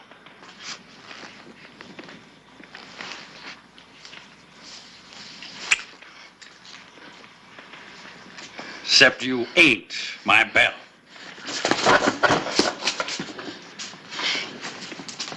You've been playing that right through, huh? That face, his clothes, huh? You're the sister that came to take her away. An hour too late. Yesterday, a bullet took her away.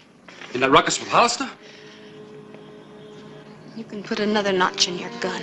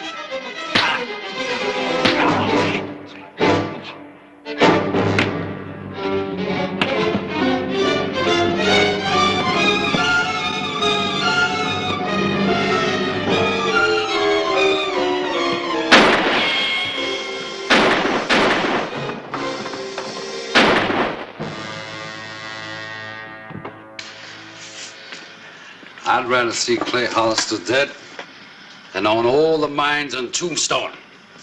And if that's him, I'm gonna get my wish. There's a lot of good guns out there.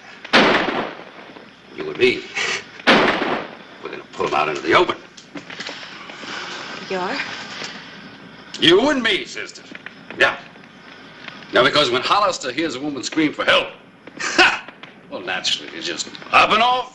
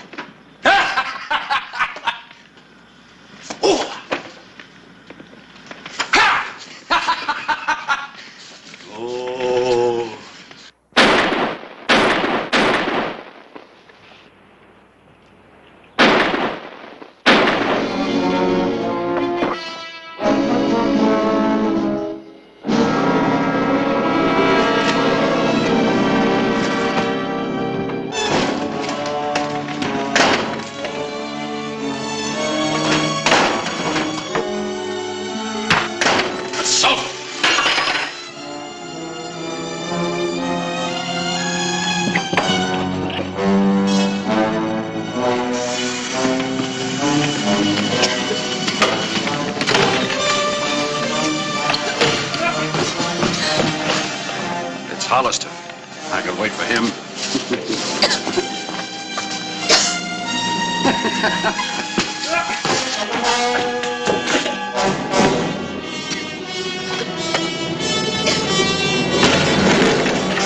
Drop the gun now, Quaid. Don't shoot. I can't see it. You can feel. I said drop it.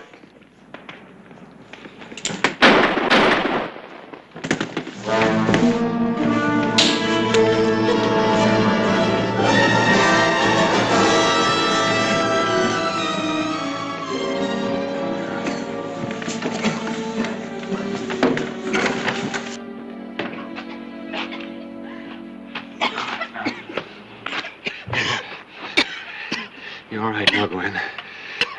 Breathe deep. Fresh air. All right.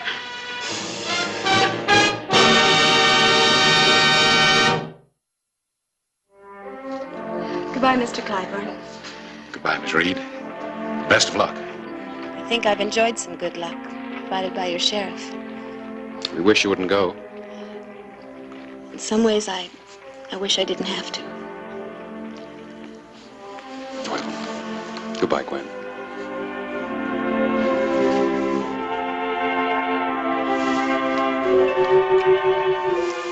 That's from Bill and me.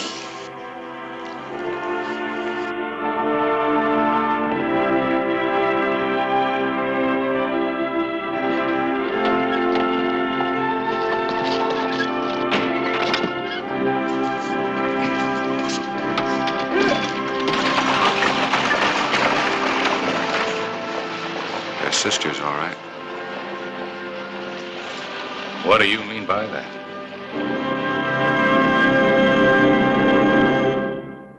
Whistle me up a memory, whistle me back where I wanna be, whistle a tune that'll carry me to Tombstone territory.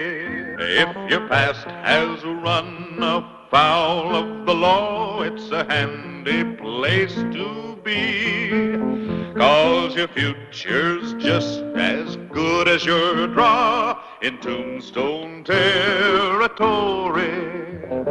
Whistle me up a memory, whistle me back where I wanna be, to Tombstone territory.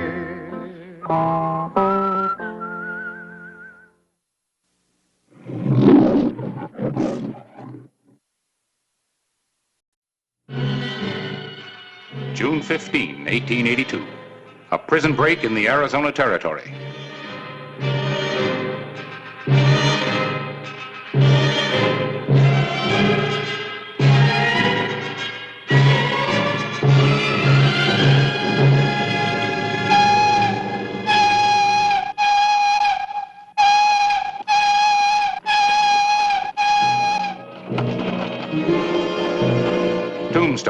Arizona Territory. 2 weeks later, June 29, 1882.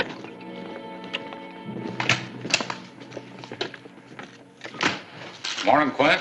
Hi, Harris. How do you like the sheriff's desk? Well, I don't like the responsibilities. How about a game of cribbage? Yeah, I've got time for a game. Good. It won't take me long to trim you.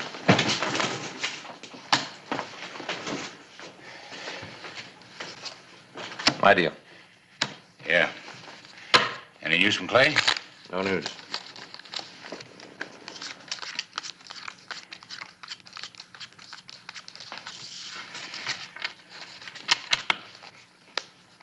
My crib.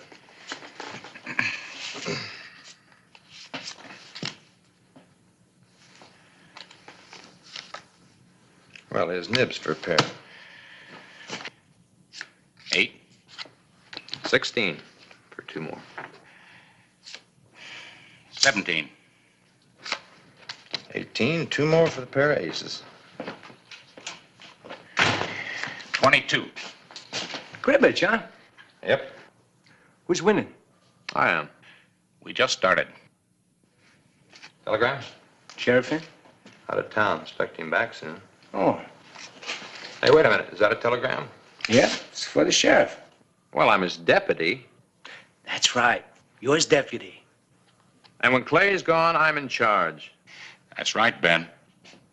You know what I'm in charge of? The telegraph office. Look, if it's personal, okay, but if it's official business, hand it over. Come on. It's official business. It's addressed to the sheriff. So if you want to hear about the 4 escaped convicts heading east from Yuma, you just ask the sheriff when he comes back and picks up his telegram. 4 escaped convicts? Heading this way from Yuma, huh? How'd you know? How'd I know? Oh, well, I guess you can handle it.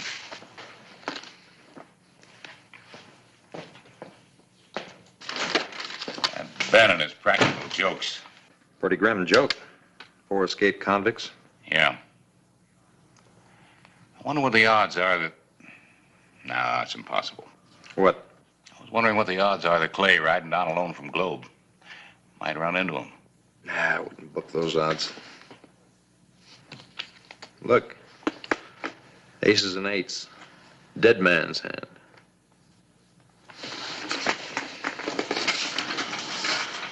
Where are you going? I'm going to send a telegram to Yuma. I want more information about 4 escaped convicts.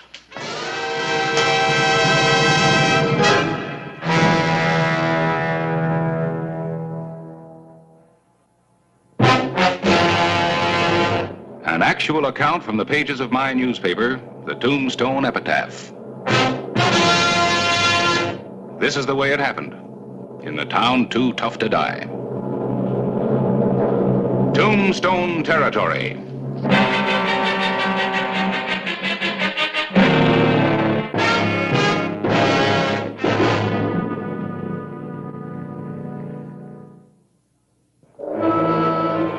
That same day, June 29, 1882, on the road to Tombstone.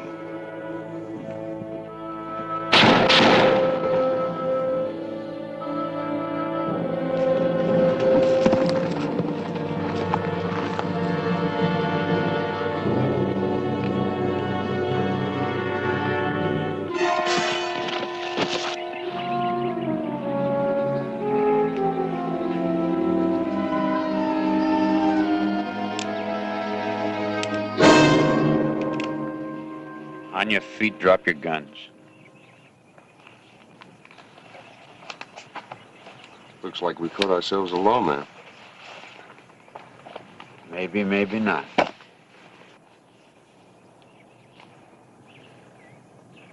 These can be bought or stolen. That one wasn't. Who are you? I'm Clay Hollister. Who are you? Where are you from? I'm from Tombstone. You'll find out all about it. Tombstone, huh? Well, that's interesting. Because that's what you're going to get out of this deal, mister. A tombstone.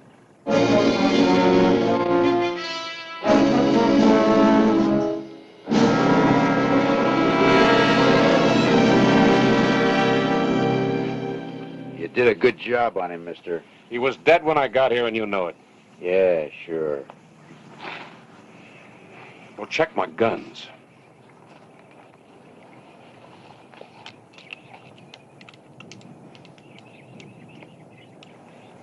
You tell them the truth. I guess we get somebody else to thank. Toby? I didn't kill Finch. I never killed anybody in my life. Parker? Well, I'd thought about it, but I didn't do it. That leaves you, Eggleston. Not me. I like Finch. Oh, looks like maybe he shot himself in the back, huh? Maybe. Right now, we're going to take care of you, Hollister. Kill him here. Hey, what do you want to do? Go back to jail in a hurry? Somebody else might have heard those shots. Come on, let's go.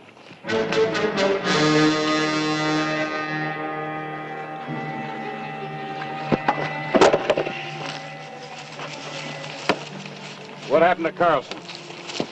You a friend of yours? That's right. Well, he had quite a place here, stacked with provision, a fortune in silver. Murder was a habit with Finch.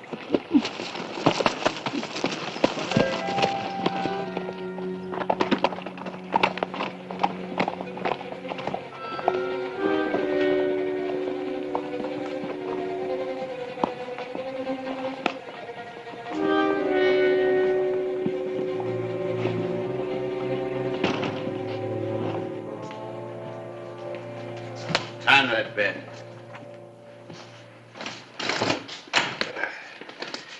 You do everything they tell you to, Toby? Shut your mouth. What'll you do if I don't? Kill me? Hold it, Toby. He's needling you. Yeah? And you tie him up. Well, why tie him up? What are we waiting for? If you kill me, you're going to have to kill both of them.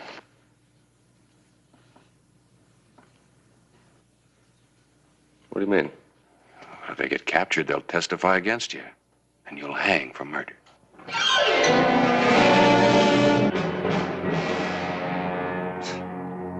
Well, I wouldn't put it past you. Get rid of me and the silver's a two-way split. Maybe Finch wasn't the only greedy one around here, huh? Finch wanted too big a share. I only want what's coming to me. That's what I want. I plan to get it. Oh, they'll give it to you. You're working hard, aren't you, Sheriff? You got a gun, Eggleston. You kill him. What's the matter? You scared? You weren't scared of Finch?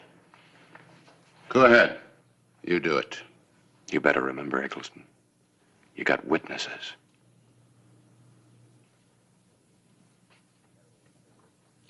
I got a way to settle this.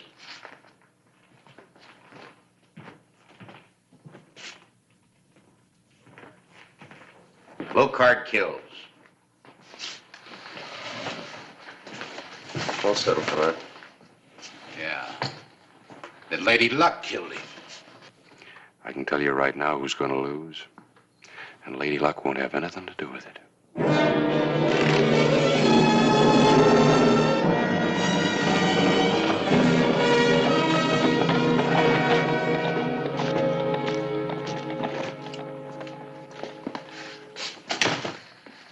Clay back yet? Not yet. Anything on your mind? Same thing that's on yours. Another wire about those 4 escaped convicts. They tracked them as far as Cochise County, where they broke into a general store for guns and supplies. I remember this one, Finch. Read about the trial. He's a killer, Quinn. Know anything about the others? A little. Finch is the only out-and-out killer. The rest are borderline cases. Well, maybe that's why they're heading for the border, huh?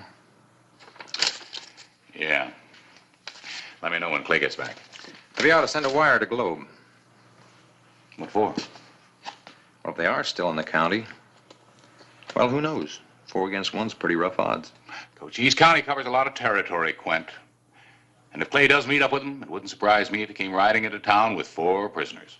I still think I'll send a telegram. It's not necessary. I already have.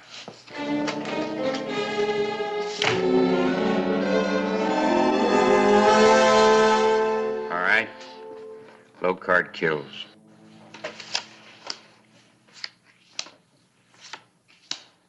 Turn him over.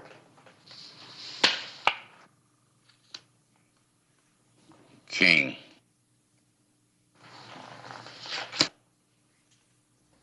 Three. Seems like I got a good chance of being the middleman.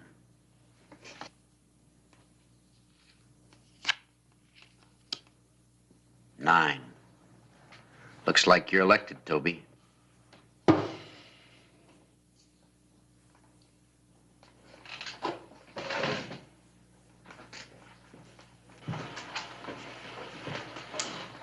So Eggleston dealt, huh? Well, like I told you before, I knew who was going to lose. They're getting ready to shoot you in the back right now. Why, you...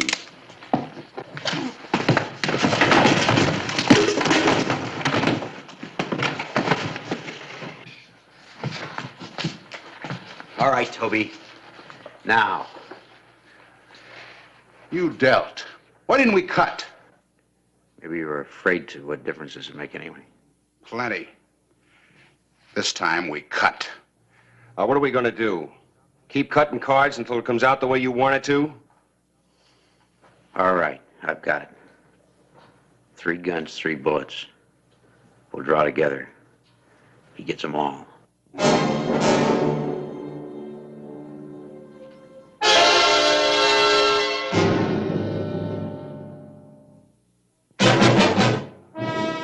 June 29, 1882. Mid-morning in Tombstone. Clay Hollister was several hours overdue.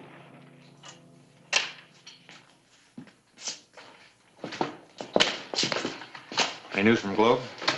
According to this answer, Clay left Globe before dawn. Should have been back a couple hours ago. Yeah. Going somewhere? Taking a ride. Any place in particular? North. Think you might meet Clay riding in? Maybe. Where are you going? Keep you company. Oh, suit yourself. I'm just riding out to exercise my horse. Well, why the shotgun? Gonna force him to exercise? Well, you know, I'm not superstitious, Harris, but I still don't like the idea of that dead man's hand showing up. I don't like it either. If anything does happen to Clay, it's your fault. My fault? Sure. You're the one suggested that game of cribbage. You're real funny, Harris.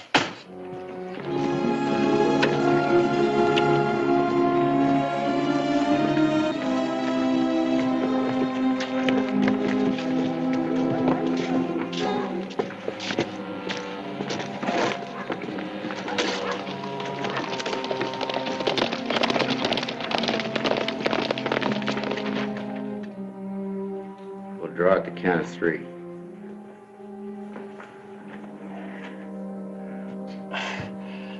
May I stand? Go ahead, Hollister.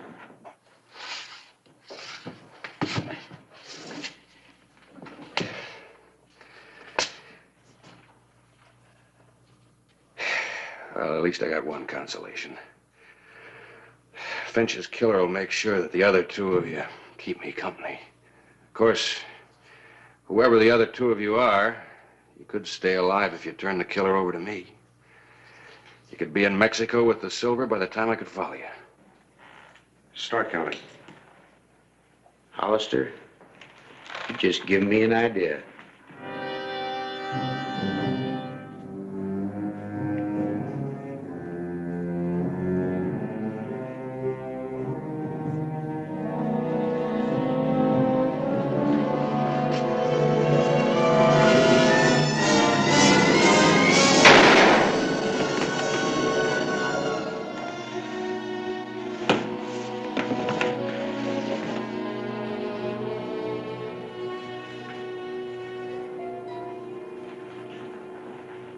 A 50-50 split of the silver is better than a bullet. Toby killed Finch. We killed Toby in self-defense. That puts us in the clear. Yeah, once we get rid of the witness. Killing me isn't going to save you from a bullet in the back. He can trust me. Sure he can. Just as much as you can trust him. I'm the only one that knows his country, Parker. You're never going to see Mexico without me. You have to trust me. What about it? What about him? Well, we'll take care of our friend, accidental-like.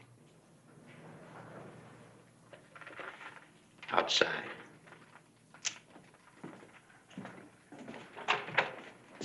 Come on, move.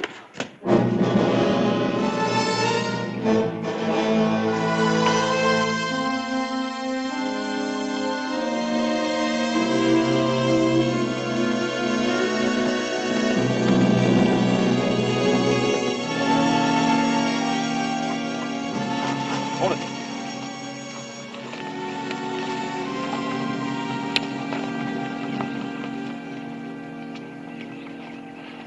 Ground's all churned up. Somebody heading for Tombstone. Changed their mind, went off in that direction. Why? Nothing up there. Yeah. Think it might be Clay? Maybe. Let's go.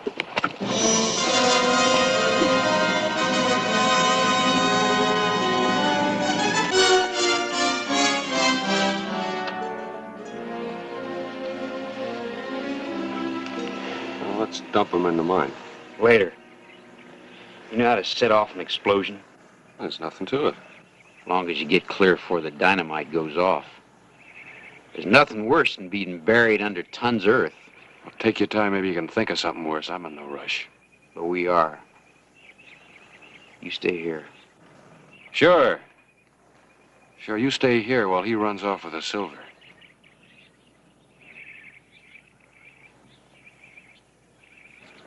I'll go with it.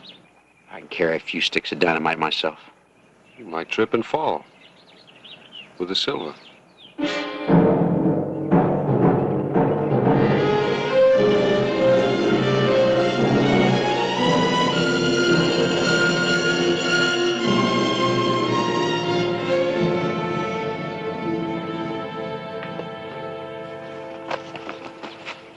It's him, all right.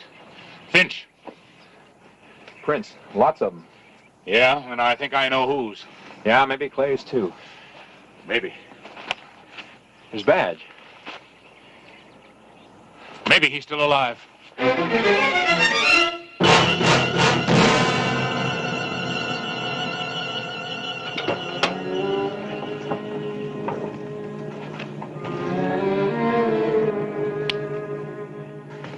Here it is.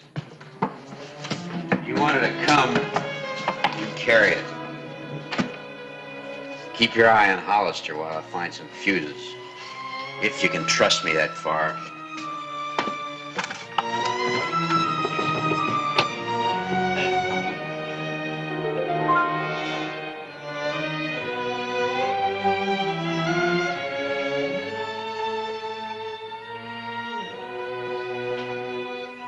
Give me a hand with this junk.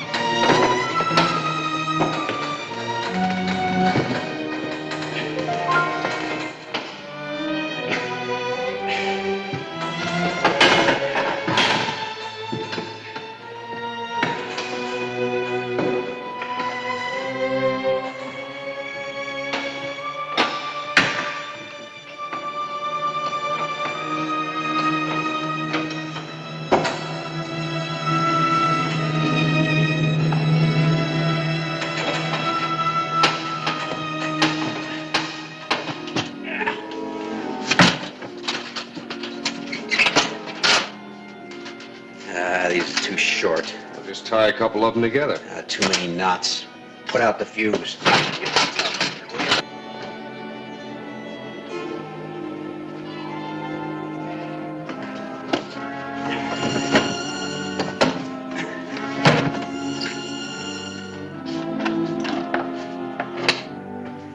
This'll do it.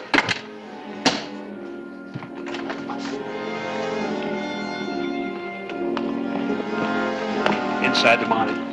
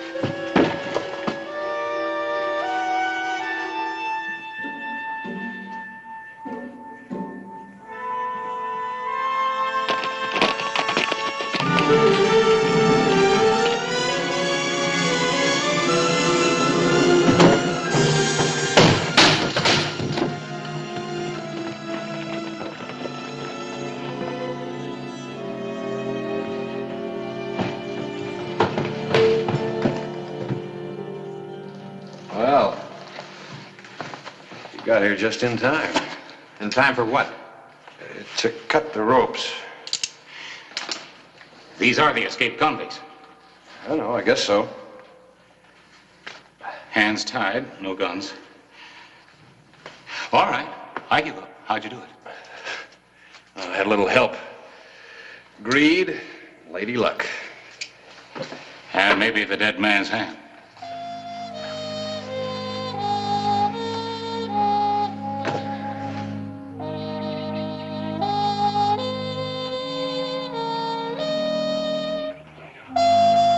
Got it. Yeah.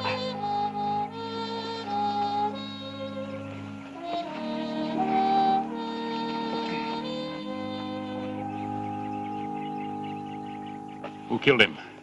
I don't know. I guess the Lucky Mule mine wasn't very lucky for anybody. No, destroyed all of them, including Eggleston here. Say, Quint. Yeah? What were you doing riding around out here?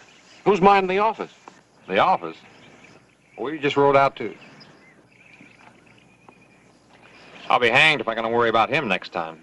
I never did. I was just out exercising my horse.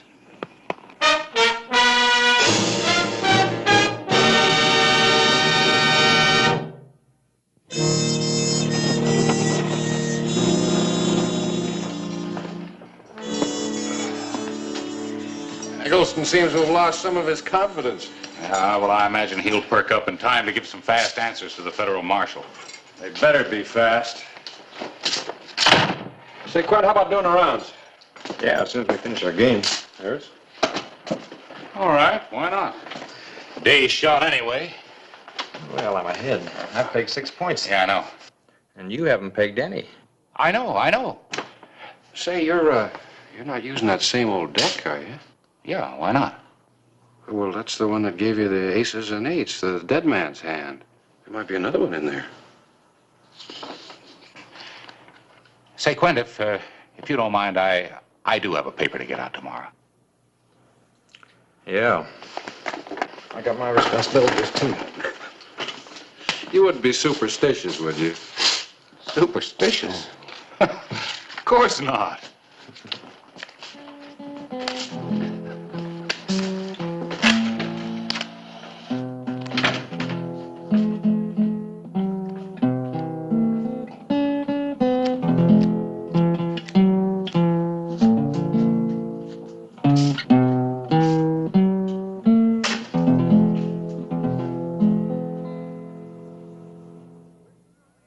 Whistle me up a memory, whistle me back where I wanna be, whistle a tune that'll carry me to Tombstone territory.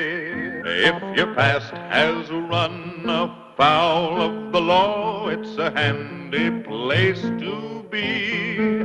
'cause your future's just as good as your draw in Tombstone territory.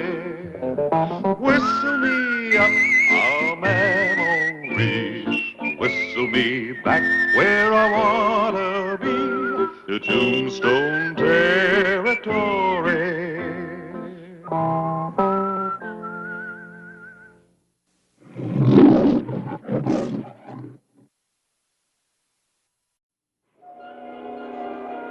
Outside Tombstone, Arizona Territory, October 17, 1884.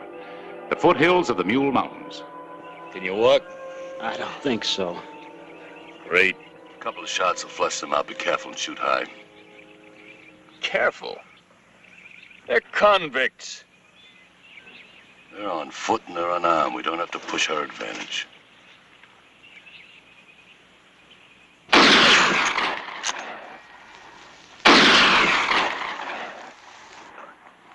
We better give ourselves up, Callahan. We'll never make it.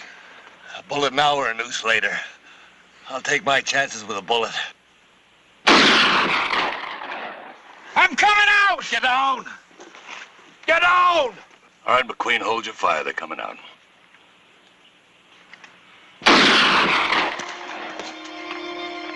That was murder. What kind of a deputy are you, anyway? The orders are dead or alive. Shut him down! Well, Holden, I'll try it too.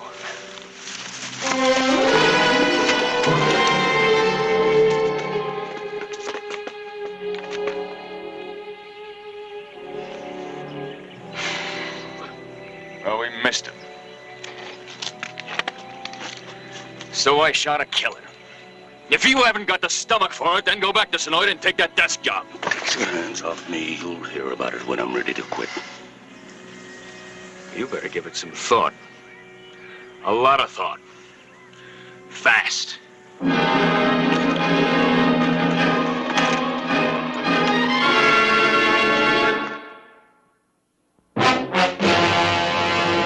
An actual account from the pages of my newspaper, the Tombstone Epitaph. This is the way it happened, in the town too tough to die. Tombstone Territory.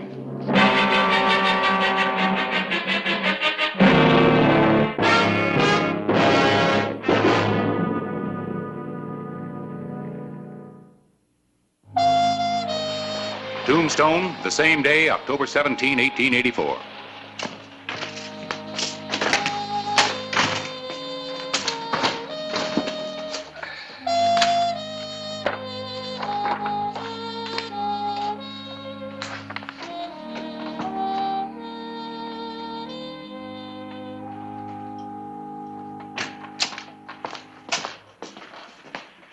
Jim Patcher said you wanted me to come over as soon as I could. Yeah, thought this would interest you.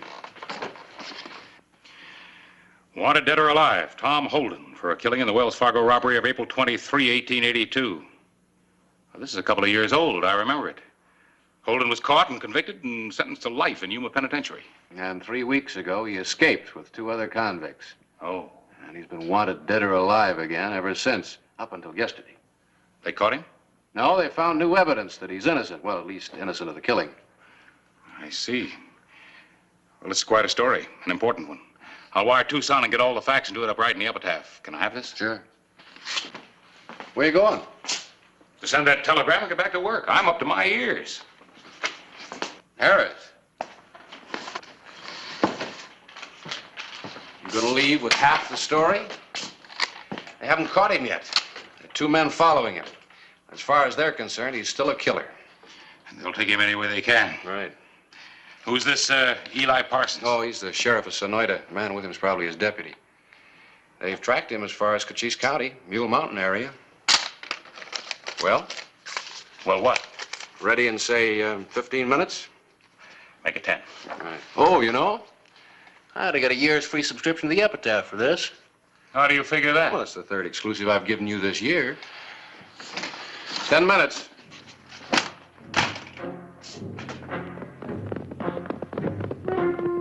A few hours later, near the foothills of the Mule Mountains.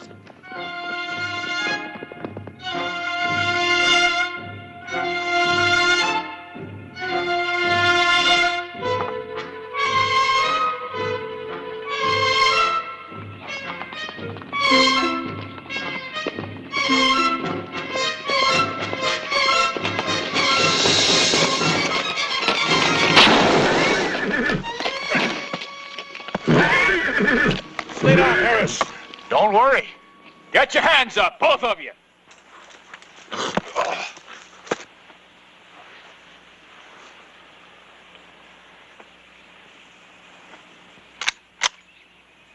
Now walk over and keep your hands high. Take it easy, mister. I said get your hands up.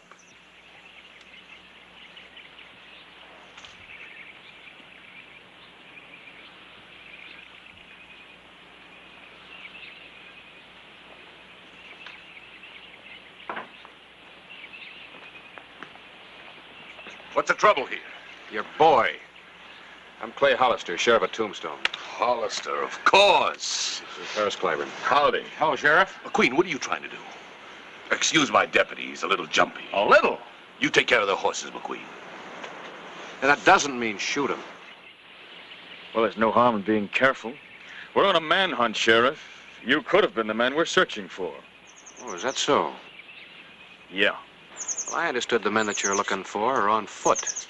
All right, McQueen, take care of the horses like I told you.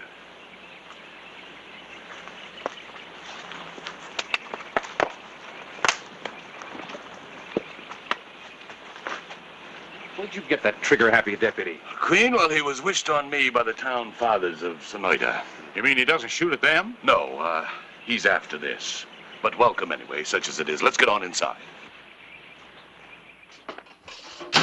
Tell me, Clay, what brings you out here? Nothing happening in Tombstone? Oh, I got a telegram from the U.S. Marshal in Tucson. He asked me to contact you about one of your escaped prisoners. Well, Holden could be innocent then, huh? Yeah, according to that, they've got new evidence, and they want to give him another trial. Holden was convicted of killing a Wells Fargo agent. I was at the trial. They had a good case against him. Sometimes the law makes mistakes. Yeah, like anybody else, I guess.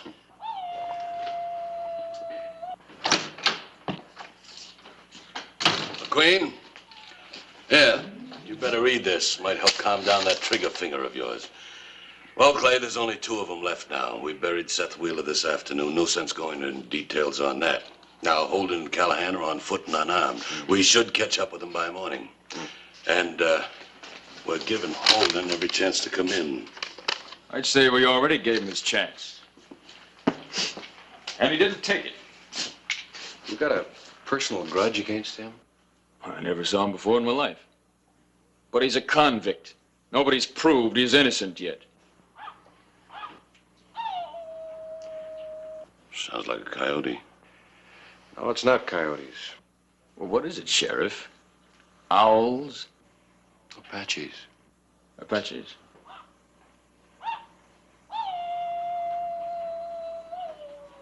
Renegade Apaches have been raiding the prospectors in these mountains. Well, I guess we don't get all the news in Sonata. Subscribe to the Tombstone Epitaph.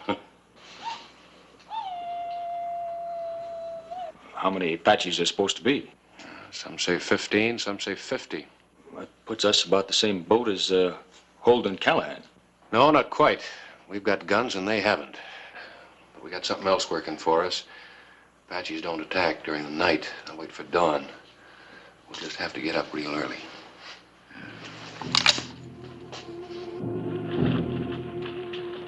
October 18, 1884. Sheriff Parsons followed the trail of the escaped convicts with an experienced eye. Their time was running out, and there was no trace of Indians or coyotes.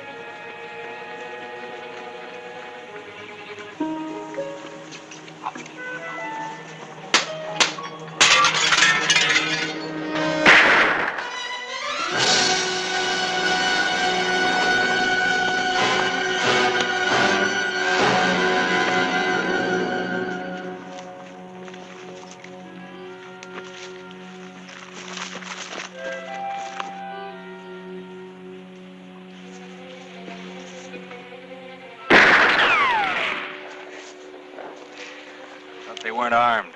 Looks like they are. Maybe they got the guns from the people inside that cabin. Yeah. Clay, you keep us covered. Queen and I'll work our way in close. Eli, remember, we want Holden alive. Yeah. All right, Clay, you come with me. Queen, you give us cover. Maybe you'd like us to surrender to them.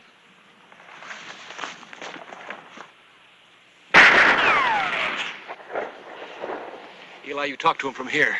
I'll circle around behind the house. Clay, wait a minute. I'm supposed to be taking the chances here. Well, you're not exactly home in bed.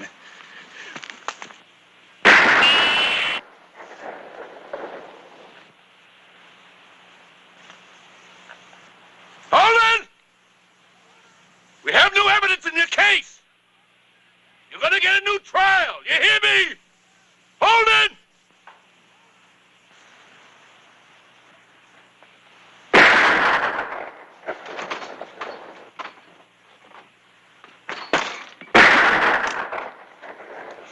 Hold it!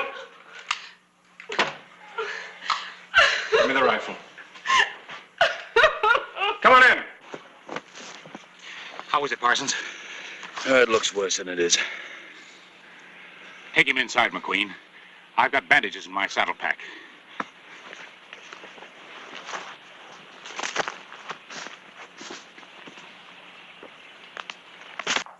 Oh, are you a sheriff? Yes, ma'am. Well, catch them! Kill them! They killed my brother! Clay, is this the sharpshooter? I didn't mean to. I'm sorry. I thought they were coming back. Who? 2 men. They came here this morning. They demanded food and guns and horses. Oh, we must fix that arm. My brother tried to stop them. Gauze and bandages. Thank you. But there was an older man. Well, that'd be Callahan, Clay. Mm-hmm. Yes, that's what the other man called him. He grabbed a gun from the table. He shot George. The other man tried to stop him. They fought. For a moment, I thought he'd killed the other man. Oh, am I hurting you? No, that's all right. Go ahead. Then this Callahan forced the other man to go with him. They took our horses and rode south. Probably dead by now. Not Apaches? I've seen them twice this last week. George and I were working a streak of silver south of here. The Apaches were camped out there one night. It's been so hard here. George tried.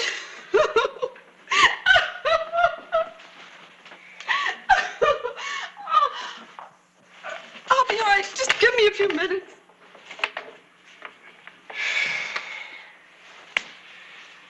Well, what are we going to do with her? Can't leave her here, can't take her with us. Clay, I'll stay here and help. I'm not good for much else. Well, let's go. Queen, remember, we're giving Holden a chance to come in, and don't you forget it.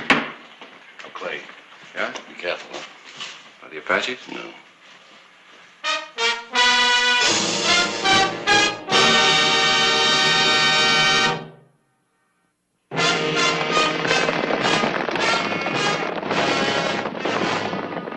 October 18, 1884, noon.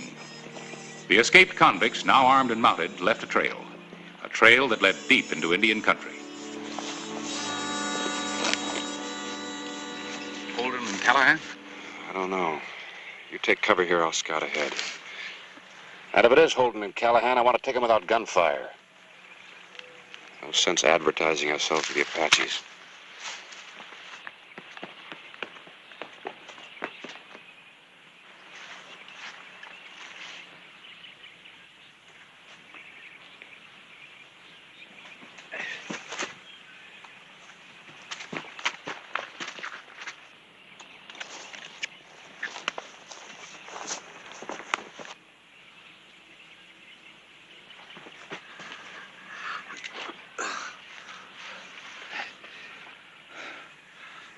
Law.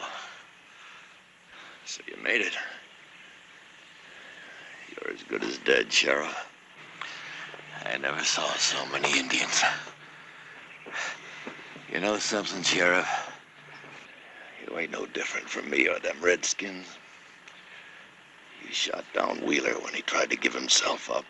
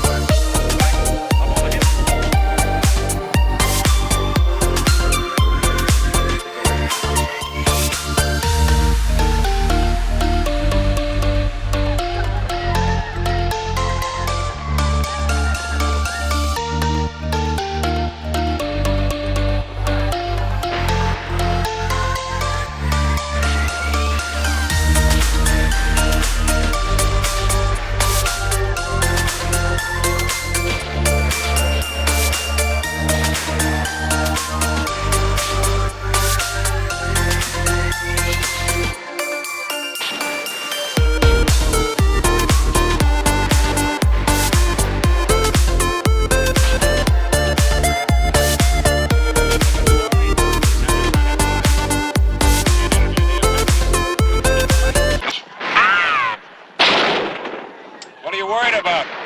Making their meaning pretty clear.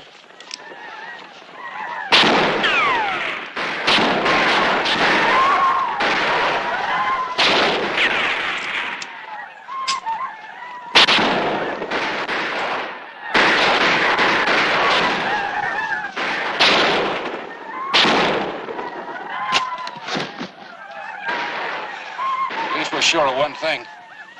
What? Queen's on our side for the time being.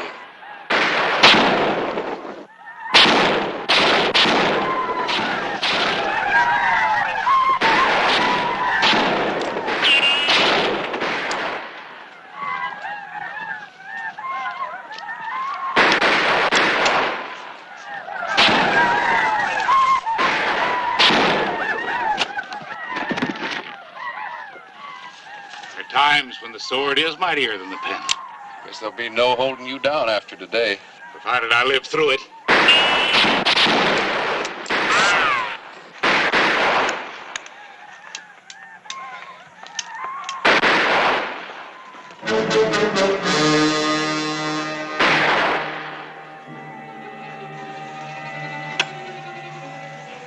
Holden's still alive. How do you know? Just saw him duck into a mine shaft up there. Well, his chances of survival are better than ours.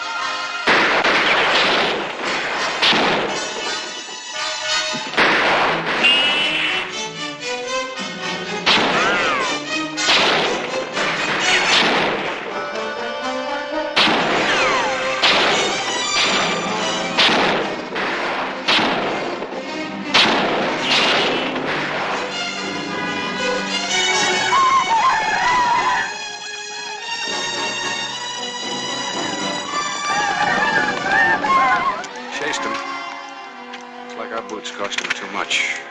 McQueen! Yeah, I'm here. I'm low on ammunition. How about you? Couple of rounds. Look, let's get out of here before they come back. You two stay here with the horses. I got some unfinished business. Holden? That's right. Where? I'll take care of him.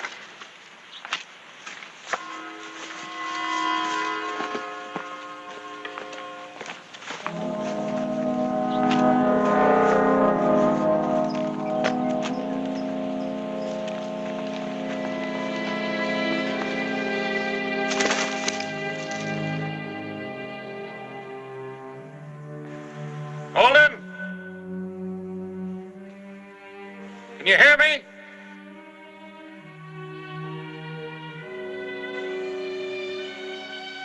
Holden!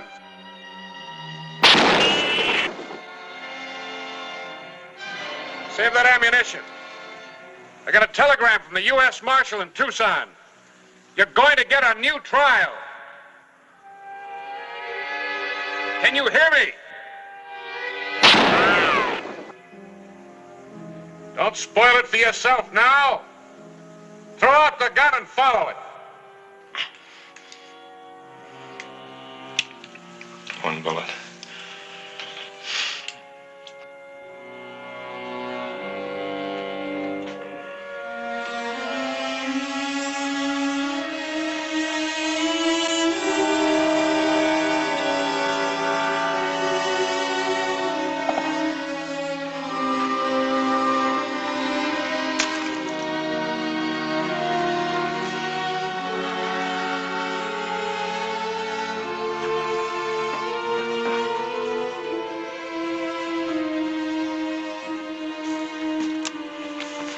Take care of himself. I know what I'm doing. You watch the horses.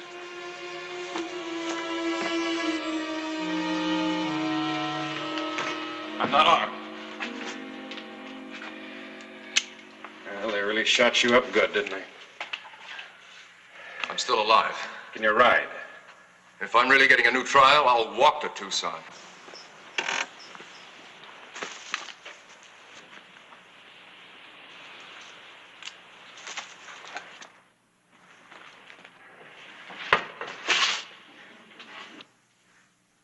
That's him. He's the one that framed me for that Wells Fargo job. Don't move, Hollister. A bullet can beat the fastest draw. That's right. Now what? Oh. Well, I'll just tell him that the posse and convicts were killed by Apaches. And you were the only one that escaped. That's right. I was lucky. Clay?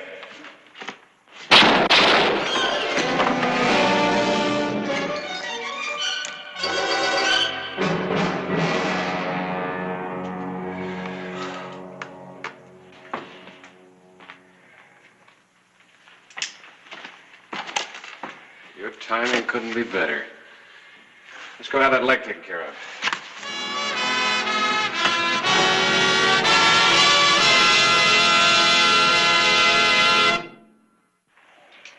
Well, Hollister, this is my last official job. When I get Holden back to Sonoyta, I quit. Oh, maybe you ought to think that over. You know, there's nobody in line for the job anymore. No. McQueen wasn't right for it.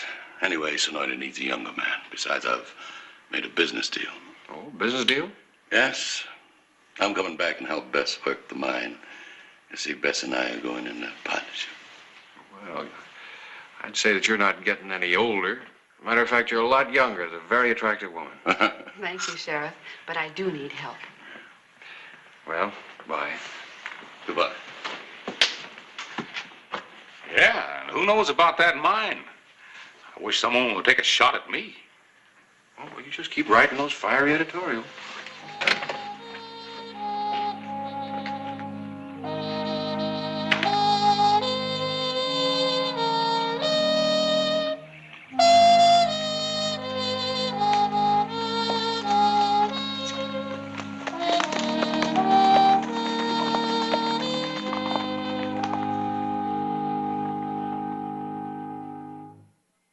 Whistle me up a memory, whistle me back where I wanna be, whistle a tune that'll carry me to Tombstone territory. If your past has run foul of the law, it's a handy place to be. 'Cause your future's just as good as your draw in Tombstone territory. Whistle me up a memory, whistle me back where I wanna be, to Tombstone territory.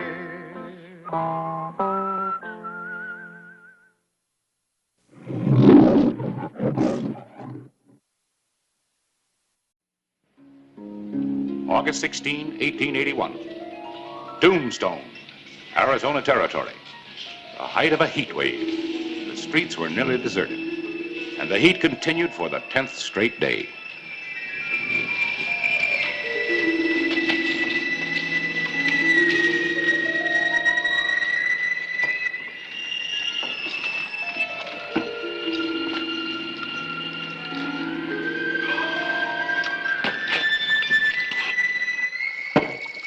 Oh, boy.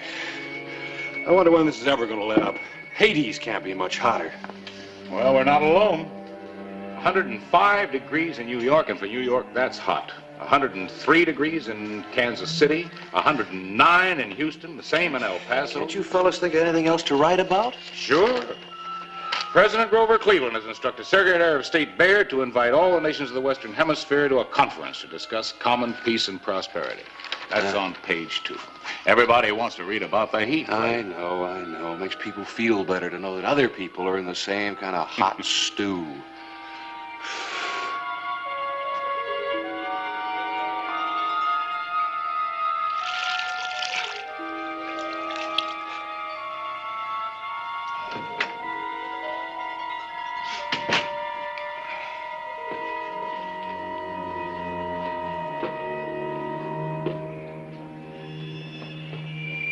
Well, now.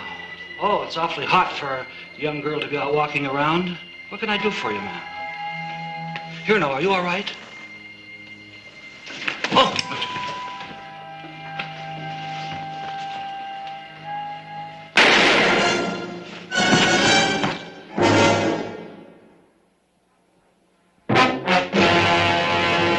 An actual account from the pages of my newspaper, the Tombstone Epitaph.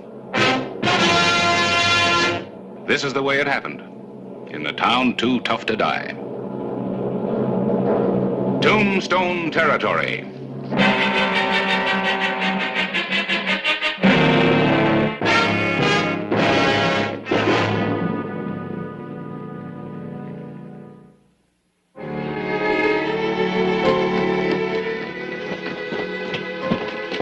What happened? I don't know. She's all right, though. Just fainted. You know who she is? No. You're all right, ma'am. Just take it easy. There's a man who came into the lobby there. Hurry. Please hurry. Harris, stay with her.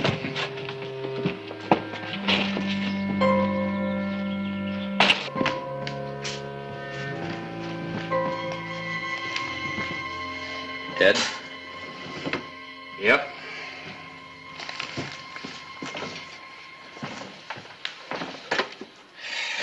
And the cash drawer is empty. Clean through. Yeah, but not straight through. Quint, you're about the same size as Jenkins. Just about. And I'd say our killer stands well over 6 feet tall. Why? Because the bullet passed through the body on a downward angle. Well over 6 feet, huh? Mm-hmm. There's only a few people in town answer that description. People get into a little trouble every now and then. Round him up. I want to see him in my office. Likely.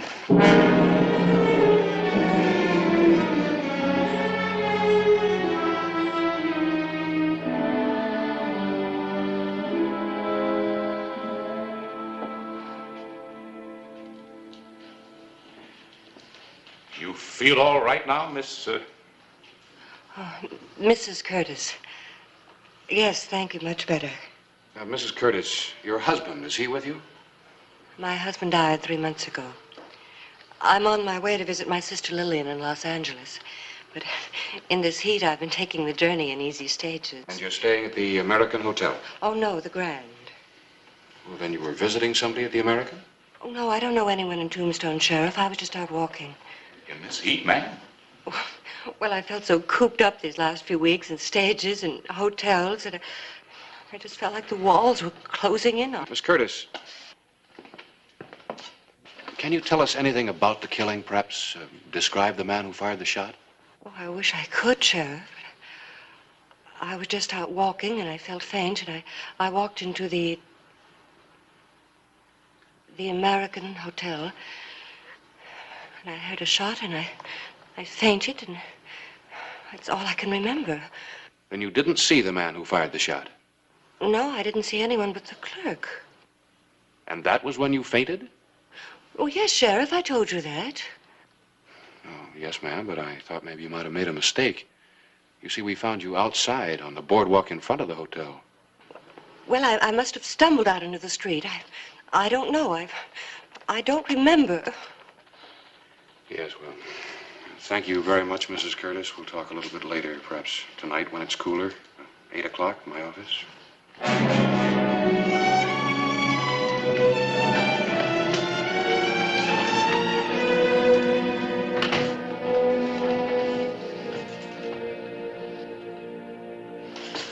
Badge or no badge, Hollister, I'm not going to stand for this. I'm accused of murder. I haven't accused you yet. I ain't going to take it. You're going to have to gun me down, Sheriff. I don't want to have to gun you down, but I'm going to ask you some questions, and you're going to answer them. Told you were drinking too fast for a hot day, Whitcomb. You're bound to get into trouble. Trouble? The sheriff's trying to fit me for a rope. Sam, when was the last time you saw him? When your deputy here pulled him out of the Alhambra. And how long had he been there? Since it opened. Are you sure? Sheriff, it's a hot day. Too hot to lie. All right. You. I need something to wash away this crummy taste. That kind of washing gives you an awful lot of trouble, Whitcomb. You better take it easy. I didn't invent the stuff. I only sell it. What about us? Let's talk. I'm thirsty. You were the first person that saw Lola Curtis. No, I wasn't. Jenkins' killer saw her before I did. All right. Me and Fred here was sitting over at the Oriental for a couple of hours. My clothes were getting kind of sticky with the heat, so I decided to go out and walk around. That's when I heard the shot, found her stretched out in the walk. You were in the Oriental for a couple of hours and didn't leave? Not even once? That's right. Who saw you? Everybody was there. Why don't you ask them?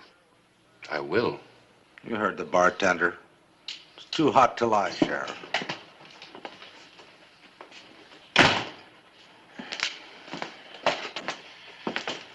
Clay, you have a minute? What is it? The out-of-town papers just came in.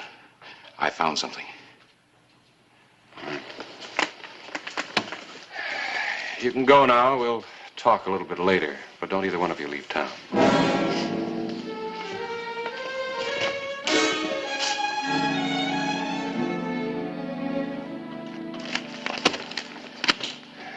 An unknown killer roaming the streets of Houston during the midday heat shot and killed the Wells Fargo office manager. Same thing in Kansas City, El Paso, and Dodge. Different locations, same crime. In some places, the killer struck more than once.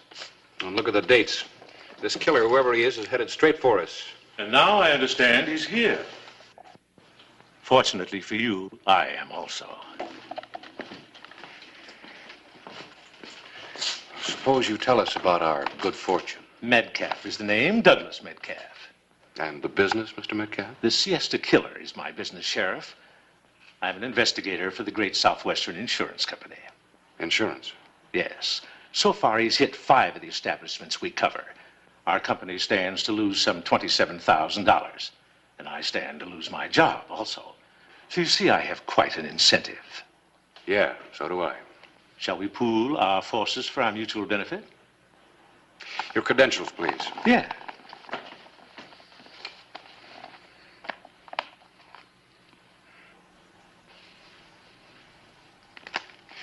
Thank you. What can you tell us about this killer? Oddly enough, very little, in spite of the fact that I followed his trail here from Houston. He's tall, very elusive. No one has ever seen him. And as far as I can judge, he works alone. However, there is one more point. He not only kills for money, but for the sheer pleasure of killing. Hold on, what do you base that? Well, most of the murders were unnecessary. Most of the victims were elderly men. Our killer could have accomplished his end by a mere clout on the head, not a bullet. That's true, Clay. Look at Jenkins. Jenkins? Yeah, Mark Jenkins, the clerk at the American Hotel. If I may, Sheriff, my advice is that you check out every tall stranger in town and any alibi they may have, no matter how convincing they appear.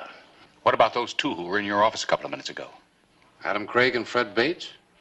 How long have they been here? Just a couple of days. Mr. Metcalf?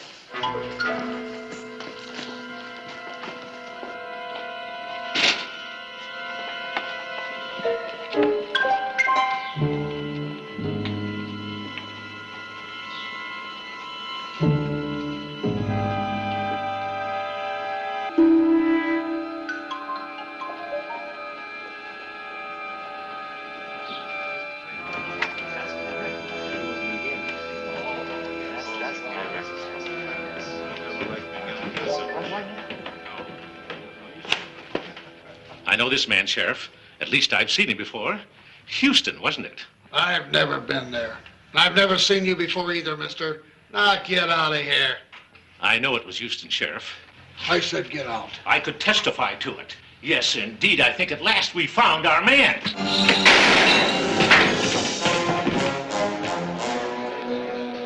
You didn't have to shoot him. I was standing right next to him. One of the rules for ripe old age is not to depend on others, not even sheriffs. When a man draws on me, I shoot first. And I might add, I think I've reached the end of my search. Well, it's too bad we never had a chance to question him. We'll never know for sure now. You, get the coroner. Now, Craig, how long have you known him? I just met him yesterday. We're staying at the same hotel. Which one? The American. Let's take a walk over to my office.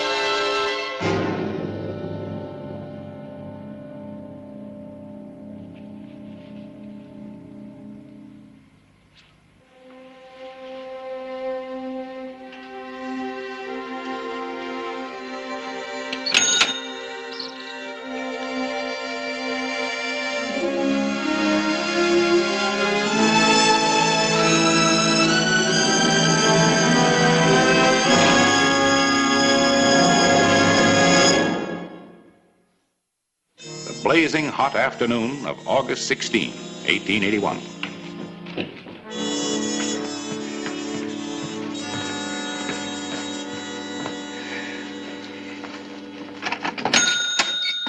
Another empty cash register.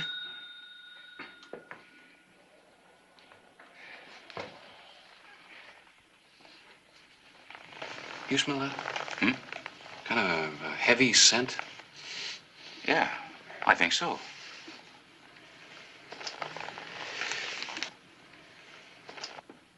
Well, Bates is dead, and Craig was with us when it happened. Looks like we've run out of suspects.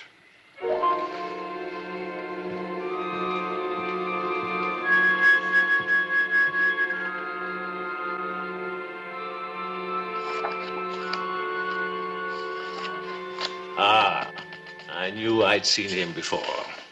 Fred Bailey, wanted for bank robbery in Houston. As I told you, Sheriff, I never forget a face. Clay, I just spoke to old man Fennedy. He was in Hafford's saloon opposite the Occidental. He says he heard the shot and looked out the window, but no one came out of that hotel. The American and the Occidental. 2 hotels, 2 dead bodies, and 2 empty cash drawers in 3 hours. That's quite a day's work. The question is it enough for him? Maybe not. Most of the newspaper stories give him a 2-day operation. Houston, El Paso, Dodge. There's only one way we can't play it. How's that? We'll try again. Notice.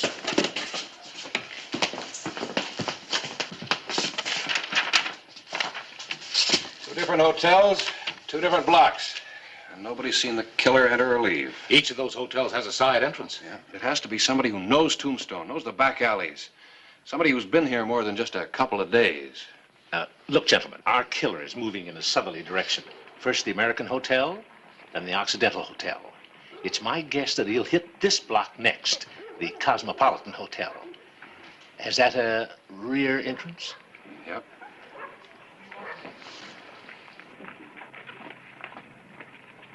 Well, your town is waking up, so I doubt whether he'll try any more today. And we'll be ready for him if he tries again tomorrow. Gentlemen, let's keep this just to ourselves. Naturally. Now, if you gentlemen will excuse me, I think I'll go soak in a tub.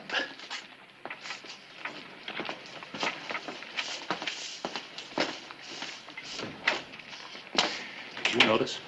What? In all this heat, his collar isn't even wilted.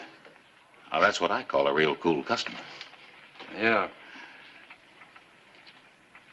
Clay, maybe the killer has already left. No. Somehow I just don't think he has.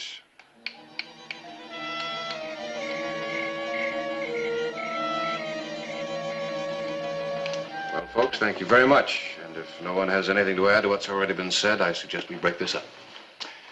Would you care to join me for dinner, Miss Curtis?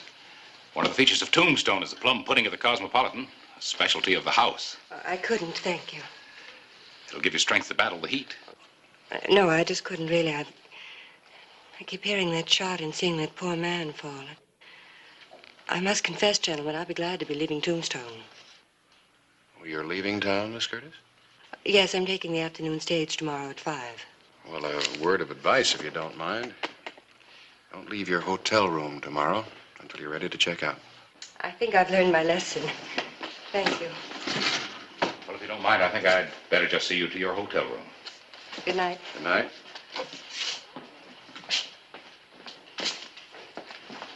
Sheriff, I'd like to stake out the Cosmopolitan with you tomorrow. All right, Mr. Metcalf, on one condition. Oh? What's that? That you don't wear a gun. I want to take the Siesta Killer alive, if possible. Agreed. All right. I'll meet you in the hotel lobby around noon. Fine, thank you. Good night, Sheriff.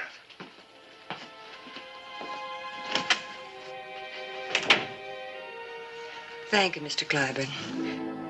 Good night. It was my pleasure, Miss Curtis.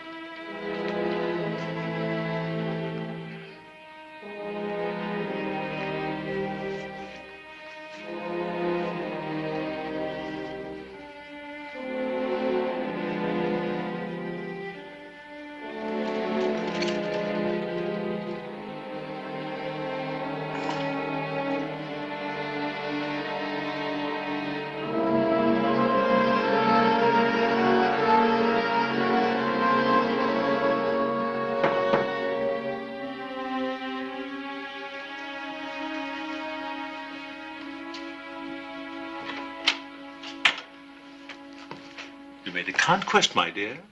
The editor likes you. There's a stage leaving in the morning.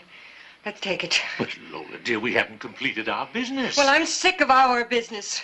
I'm sick of killing tired little old men. We've had enough. Money, yes. But I get a lot more out of it. Douglas. Little Douglas. Big men patting me on the head. When they walk, they stretch their legs. I'm like a ridiculous popinjay trying to keep up with them. Mocking me, always mocking You've had revenge and pleasure. My dear, the siesta killer is a tall man, well over 6 feet tall. No one ever thinks of a murderer as a little man or a beautiful woman. I've had enough. Well, I haven't. You've evidently forgotten our little arrangement, my dear. You wanted money, plenty of it, and I wanted... Now, I've convinced Clay Hollister that the siesta killer's next target is the Cosmopolitan. But you will beware. The Arcade Hotel. You will leave this hotel exactly at 12 o'clock, noon. And you will exit by the rear door, and you will go to the arcade through the side entrance. You will follow the usual instructions. Is that clear, my dear? Is that clear? Yes.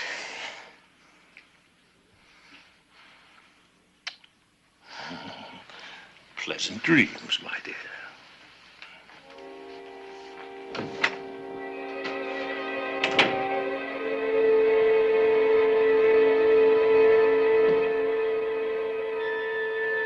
The morning of August 17, 1881.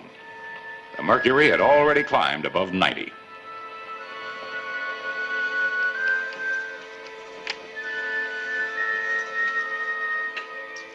You sure you have enough deputies staked out? Never have enough. Clint, you better get going. Right, Clint.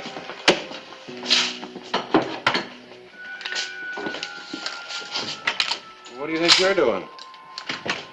Not enough deputies. Oh, you stay here. Somebody's got to mind the store.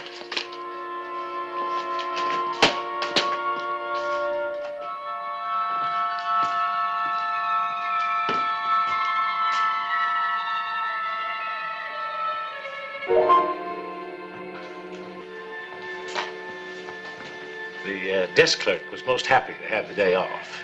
You're unarmed? Well, you said no guns. That'll do nicely for both of us.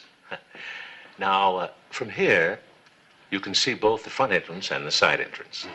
You know, I'm beginning to enjoy this. Jenkins didn't.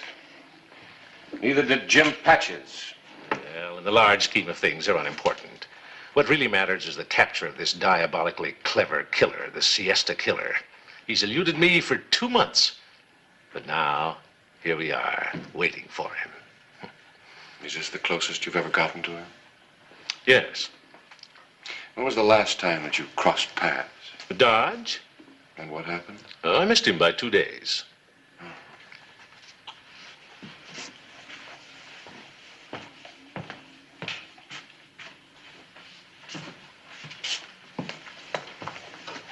Quint, I want you to hold down the desk here. Mr. Metcalf and I are going over to the arcade. The arcade? That's right. But why? Come on.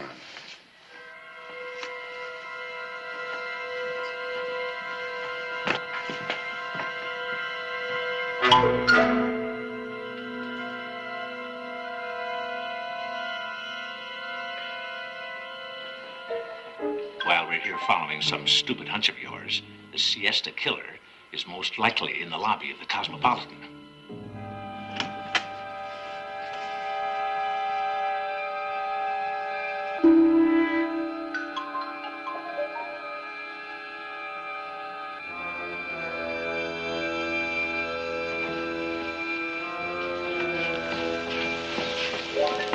Drop the gun, Miss Curtis. You're on, Sheriff. Turn around slowly.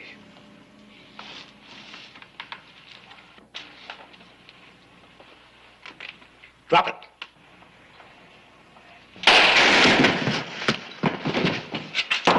Drop your gun behind the desk.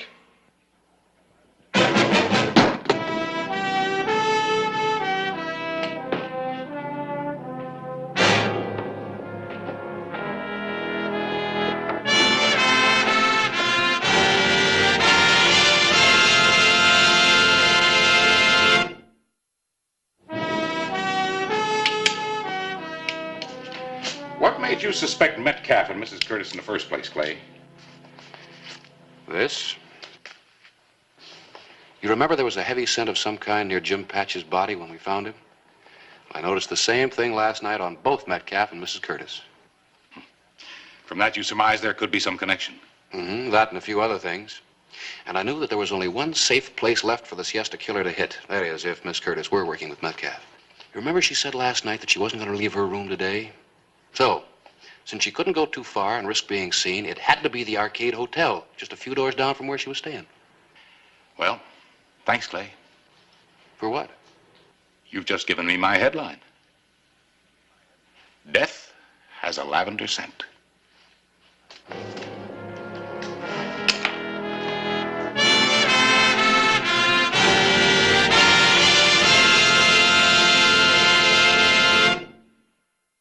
Whistle me up a memory, whistle me back where I wanna be, whistle a tune that'll carry me to Tombstone territory. If your past has run afoul of the law, it's a handy place to be. 'Cause your future's just as good as your draw in Tombstone territory. Whistle me up a memory, whistle me back where I wanna be, to Tombstone territory.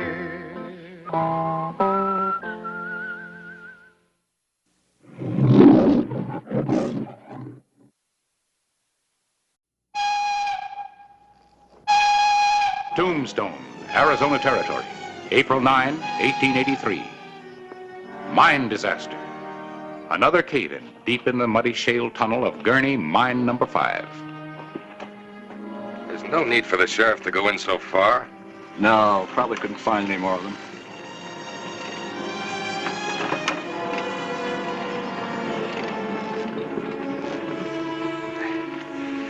He's still breathing.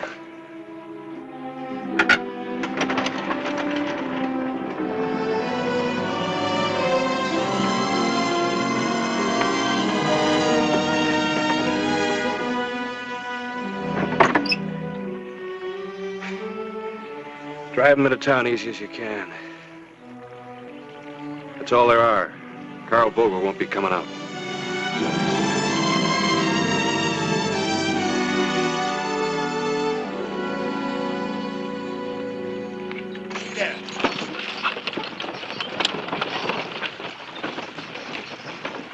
All accounted for, Hollister?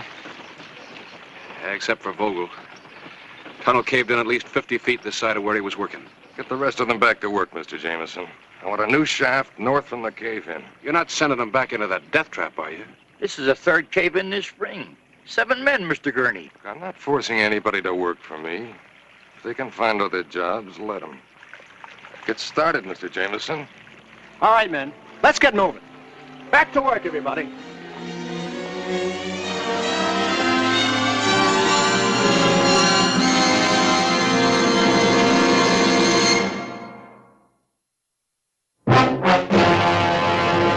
An actual account from the pages of my newspaper, the Tombstone Epitaph. This is the way it happened, in the town too tough to die. Tombstone Territory.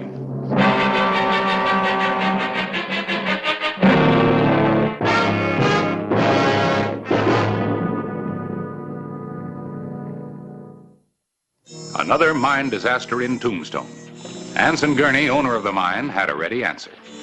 Open another shaft, continue the work at any price, including human life. Harris, there has to be a law to stop these disasters. In Gurney's mine and all the mines. A man can't be without reason. He's without conscience. How can we get a law? Territorial legislature isn't in session. And, of course, with Gurney's influence. You know, the rest of the territory isn't interested. Even Tombstone doesn't care, except for the miners and their widows. Oh, we can make them care.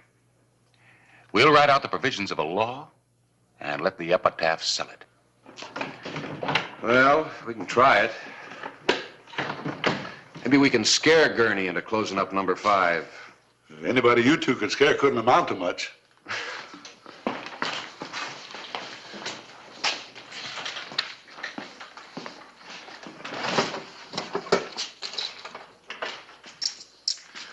Just collecting my daily salary, Sheriff. In case I want to see me some new country, I don't want to be bothered hunting up His Honor the Editor to collect what's coming to me. Fred, why don't you settle down? Oh, I never stay in one town more than a month. Now, if you two fellas can hang on to me for, oh, say 2 more weeks, you will have broken the record. Why don't you hang it up? There's another nail. And get dust all over it? You know, Fred, if you'd settle down for a while and stay on, you could afford to buy yourself a new hat. That hat was given to me by none other than Horace Greeley himself. Why don't you go arrest somebody, Sheriff? We got work to do.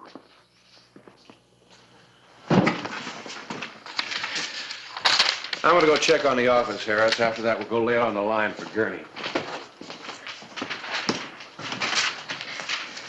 You better remake the front page, Fred. Another cave-in?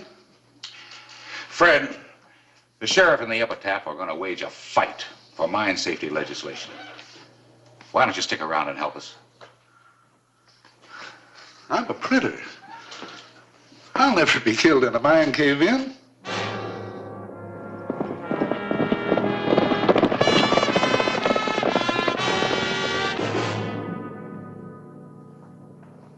Well, I'm afraid you're wasting your time, Sheriff. There's no law that compels me to spend $100,000 to timber a tunnel that won't yield 50. But, Mr. Gurney, I'm not talking as the law. I'm just a plain citizen asking you either to close number 5 or make it safe. Your number 3 is no safer, Mr. Gurney. Neither is number 8. Underground seepage from the San Pedro River has turned them both into wet, crumbling honeycombs. Underground seepage. Have you ever studied the geology of this area, Mr. Jameson? There's a network of tributary streams running under all of the Tombstone diggings. We've never had any trouble in 3 or 8. Why, of course not. And when we do, if we do, we'll spend what's necessary to keep them producing. That satisfy you, gentlemen? No, Mr. Gurney, it doesn't. The territorial legislature can force you to make those mines safe or close them before there's trouble. Yeah. I'm afraid the Cochise County representatives won't see the necessity. People will. The epitaph's going to tell them about it. Mr. Clive wants to take that sort of advantage. You're welcome to space the epitaph, Mr. Gurney. I, for one, would be interested in how you explain your lack of concern for the men who work your mines. Well, I might take you up on that offer. But in the meantime, let's see what you print.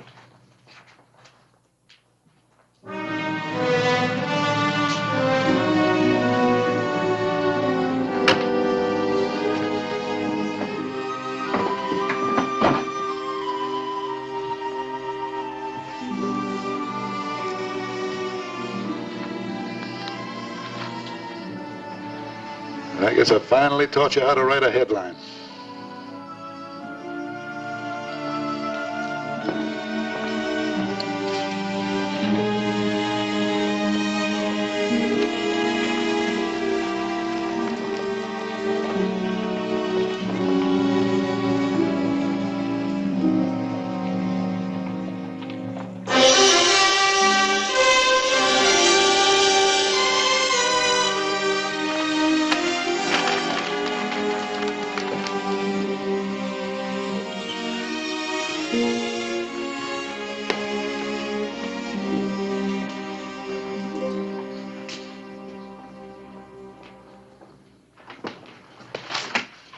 You better look at this.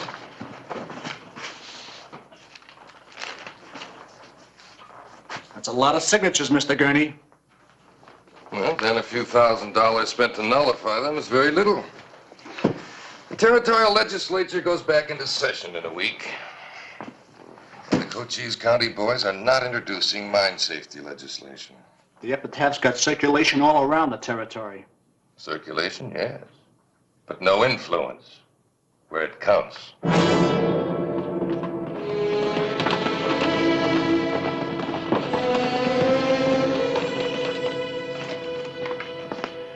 Well, where have you been? I've been looking all over for you. Read this. From the governor. Epitaph proposals deserve immediate legislative action. Suggest you meet in Tucson Thursday with delegates from Pima, Maricopa, Gila, and Coconino counties. Assure you sympathetic hearing and my personal backing. Harris, we got him licked. Close to it, I'd say. Thought you might be interested, Sheriff. His Honor the Editor dashed off someplace like his coattail was embroidered with dynamite. You sure didn't waste any time getting these out. Epitaph will meet top lawmakers.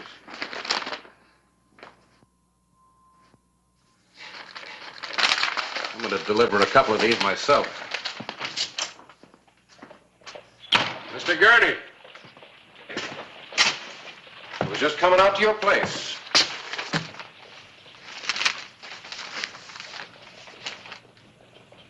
Well, Clyburn will be in Tucson until Friday. Well, at least we'll be spared this sort of sensationalism for a couple of days. I'm sorry to disappoint you, Mr. Gurney, but the epitaph will be coming out just as usual.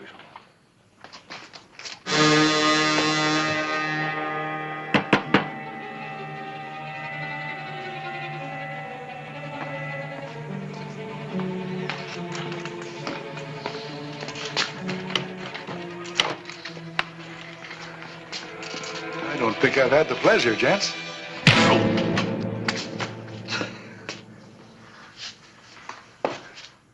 What's this all about? I'm Anson Gurney. Your editor offered me space in the paper whenever I wanted it. He has a habit of playing square. I'm taking that space right now. Front page. Oh, you'll notice the article says, by Harris Clyburn. Well, that's right. It's all about me. Sort of a reflection of Clyburn's own opinion. If I print this under Clyburn's byline, you'll have a libel suit against him. A pip of the libel suit. Exactly. A libel suit that'll discredit everything he's written about my mines.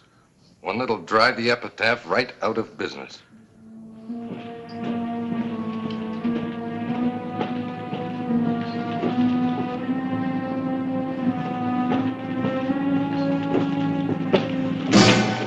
Sheriff? He makes his rounds about 2 or 3 o'clock. He probably won't stop in. And again, he might. One wrong move out of you and both of you get it. One wrong move.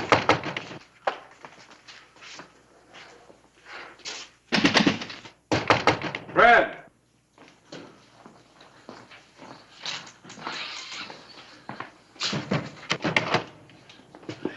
Look, I'm busy. I got a paper to get out. Yeah. Any word from Harris? Look, why don't you go arrest somebody, Sheriff? You know, now I know why you never stay anyplace very long. You're antisocial.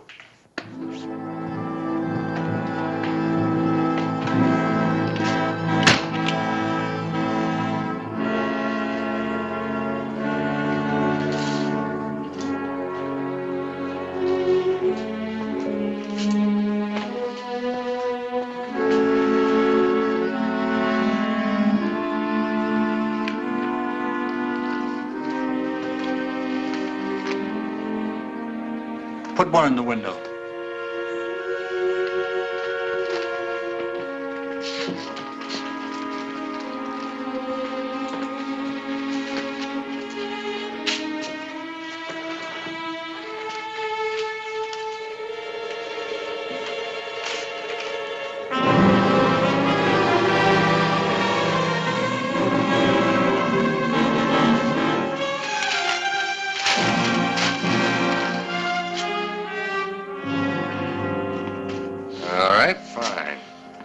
Now, how'd you like $500 and a fast horse?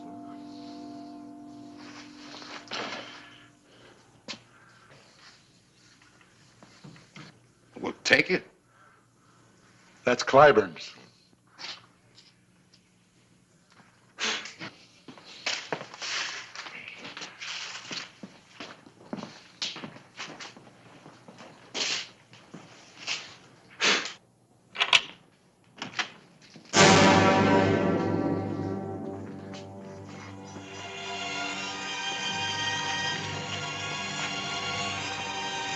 $500 and a fast horse. I'd drive a sharp bargain. Go ahead, Mr. Jameson.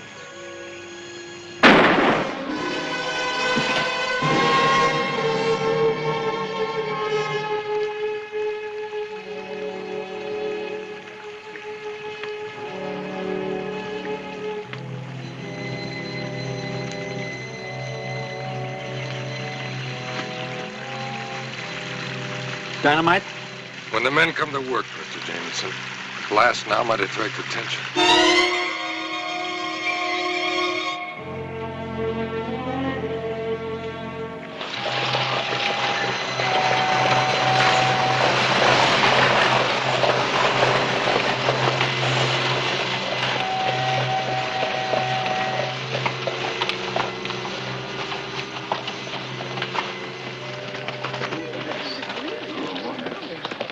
It just couldn't have gone better, Clay. The bill will be introduced at the opening session of the legislature, and it's sure to pass. If we keep on fighting.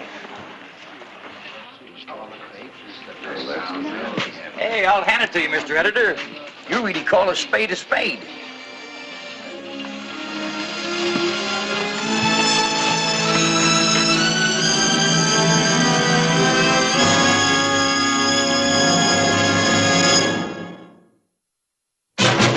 April 12, 1883.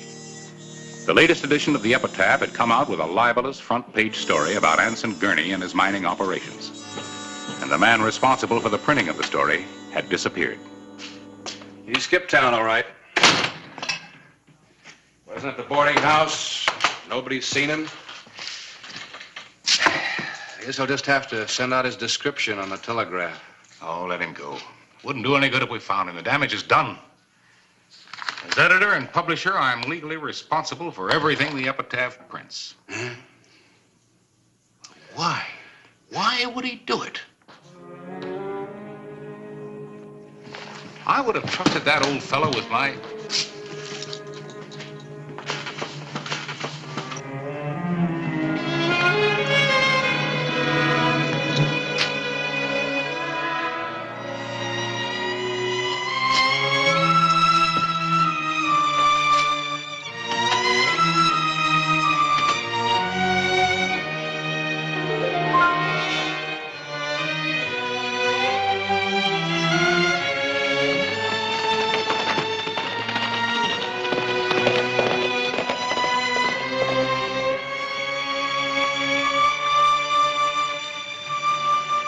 Get in there about 20, 30 feet and touch it off. Understand? I told you Mr. Gurney wants number 5 closed. You still got jobs. Report number 3 as soon as we're through here.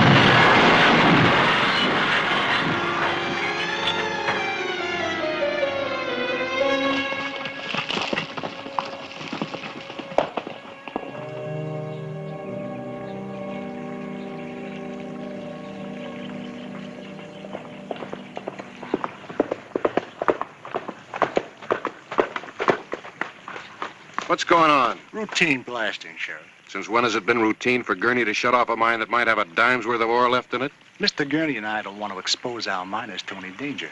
You're a little bit late. About 3 cave-ins too late? You and your editor friend have been working up a big head of steam for nothing.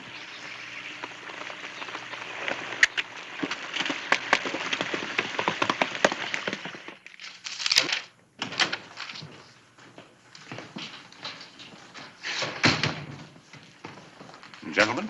I believe you know Martin Tyre. Yes, indeed, Mr. Tyre. I just retained him as my attorney.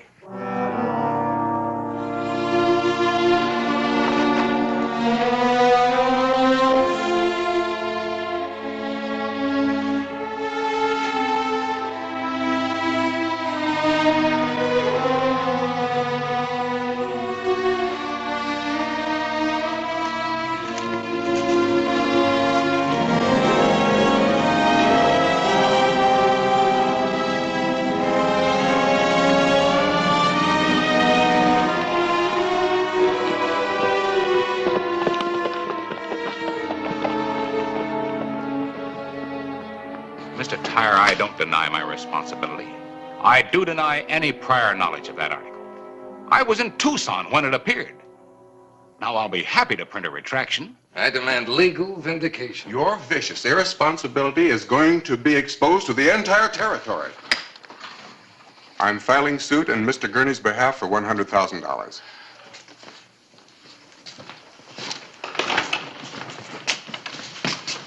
Counselor? I'll need you later, Sheriff.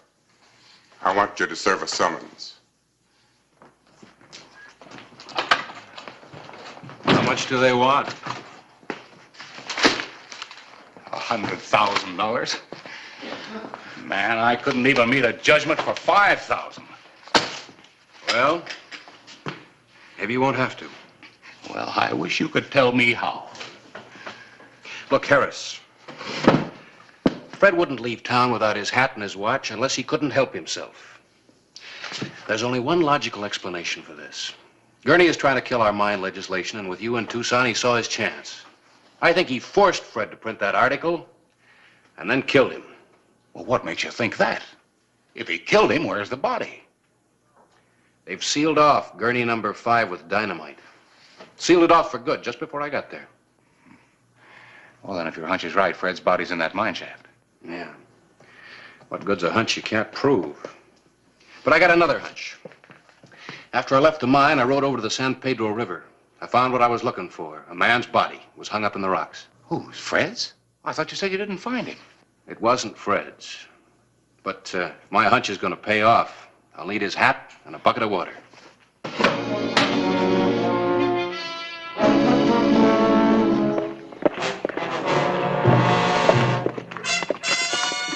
Both of them this time. It's the second time Hollister's been out today. Think they'll find anything, Mr. Jameson? Nothing. There's nothing they can find. Well, then don't act like there was. Don't get bluffed out of a stake we've already won. We'll have to kind of play this by ear, Harris. Right. Out looking for news, Claiborne? So you finally sealed it off, Gurney. Tight as a drum. And the epitaph accomplished something after all. Claiborne, you don't want to face a libel suit and judgment you can't possibly pay, do you? I might make a deal with you. I'll listen. First, you'll make your statement that everything you printed about me was a lie. I've offered to print a retraction for what appeared in my newspaper. Your lawyer wouldn't hear of it. And after you've done that, I'm going to buy the epitaph from you for $1 cash. Thanks. I think I'll take my chance in open court. Well, I tried, Mr. Jameson. Let him try to pay off a $100,000 judgment. There's one other matter, Mr. Gurney. I found a body this morning. Oh, really? Where? Floating in the San Pedro River. Well, perhaps then you should be doing what you usually do under these circumstances. I want to show you something. Harris, would you? You know, I always thought that there was an underground stream just below that shaft. A stream running straight into the San Pedro.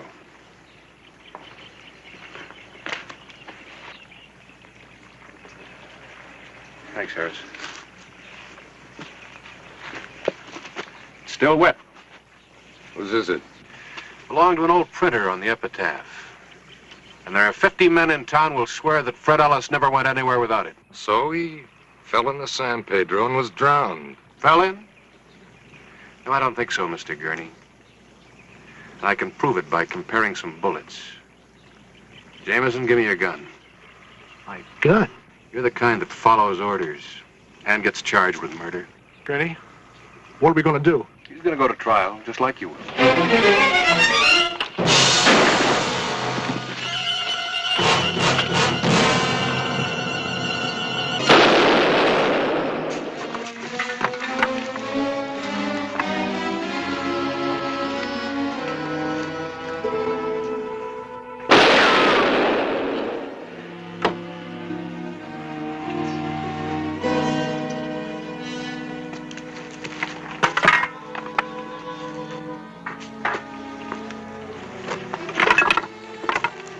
Harris, give me a knife.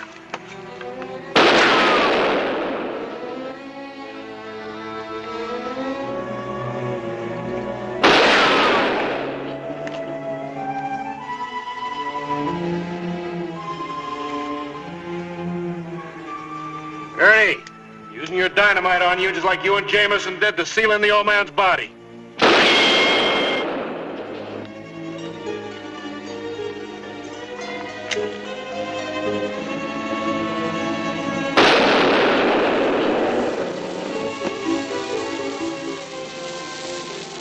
It's a 20-second fuse. Throw your gun out first if you're coming. Maybe you'd like to die like you let your miners die in a cave-in. I'm coming out! Put it out! Put it out! Put it out yourself. It's just a fuse. But it's gonna blow a confession out of you. Jameson killed him. I didn't do it. Jameson did what you told him to. He wasn't smart enough to plant that article in the epitaph. Oh, by the way, the man that you and Jameson murdered's still in the mine. But the body in the river. There was a body. And in a way, you killed him, too. We couldn't find Carl Vogel after that cave-in last week, you remember? When they pass those mine safety regulations, I'll send you a copy of the epitaph announcing it. Don't trouble yourself. What's no trouble? I've got a wide distribution, even as far as Yuma Prison.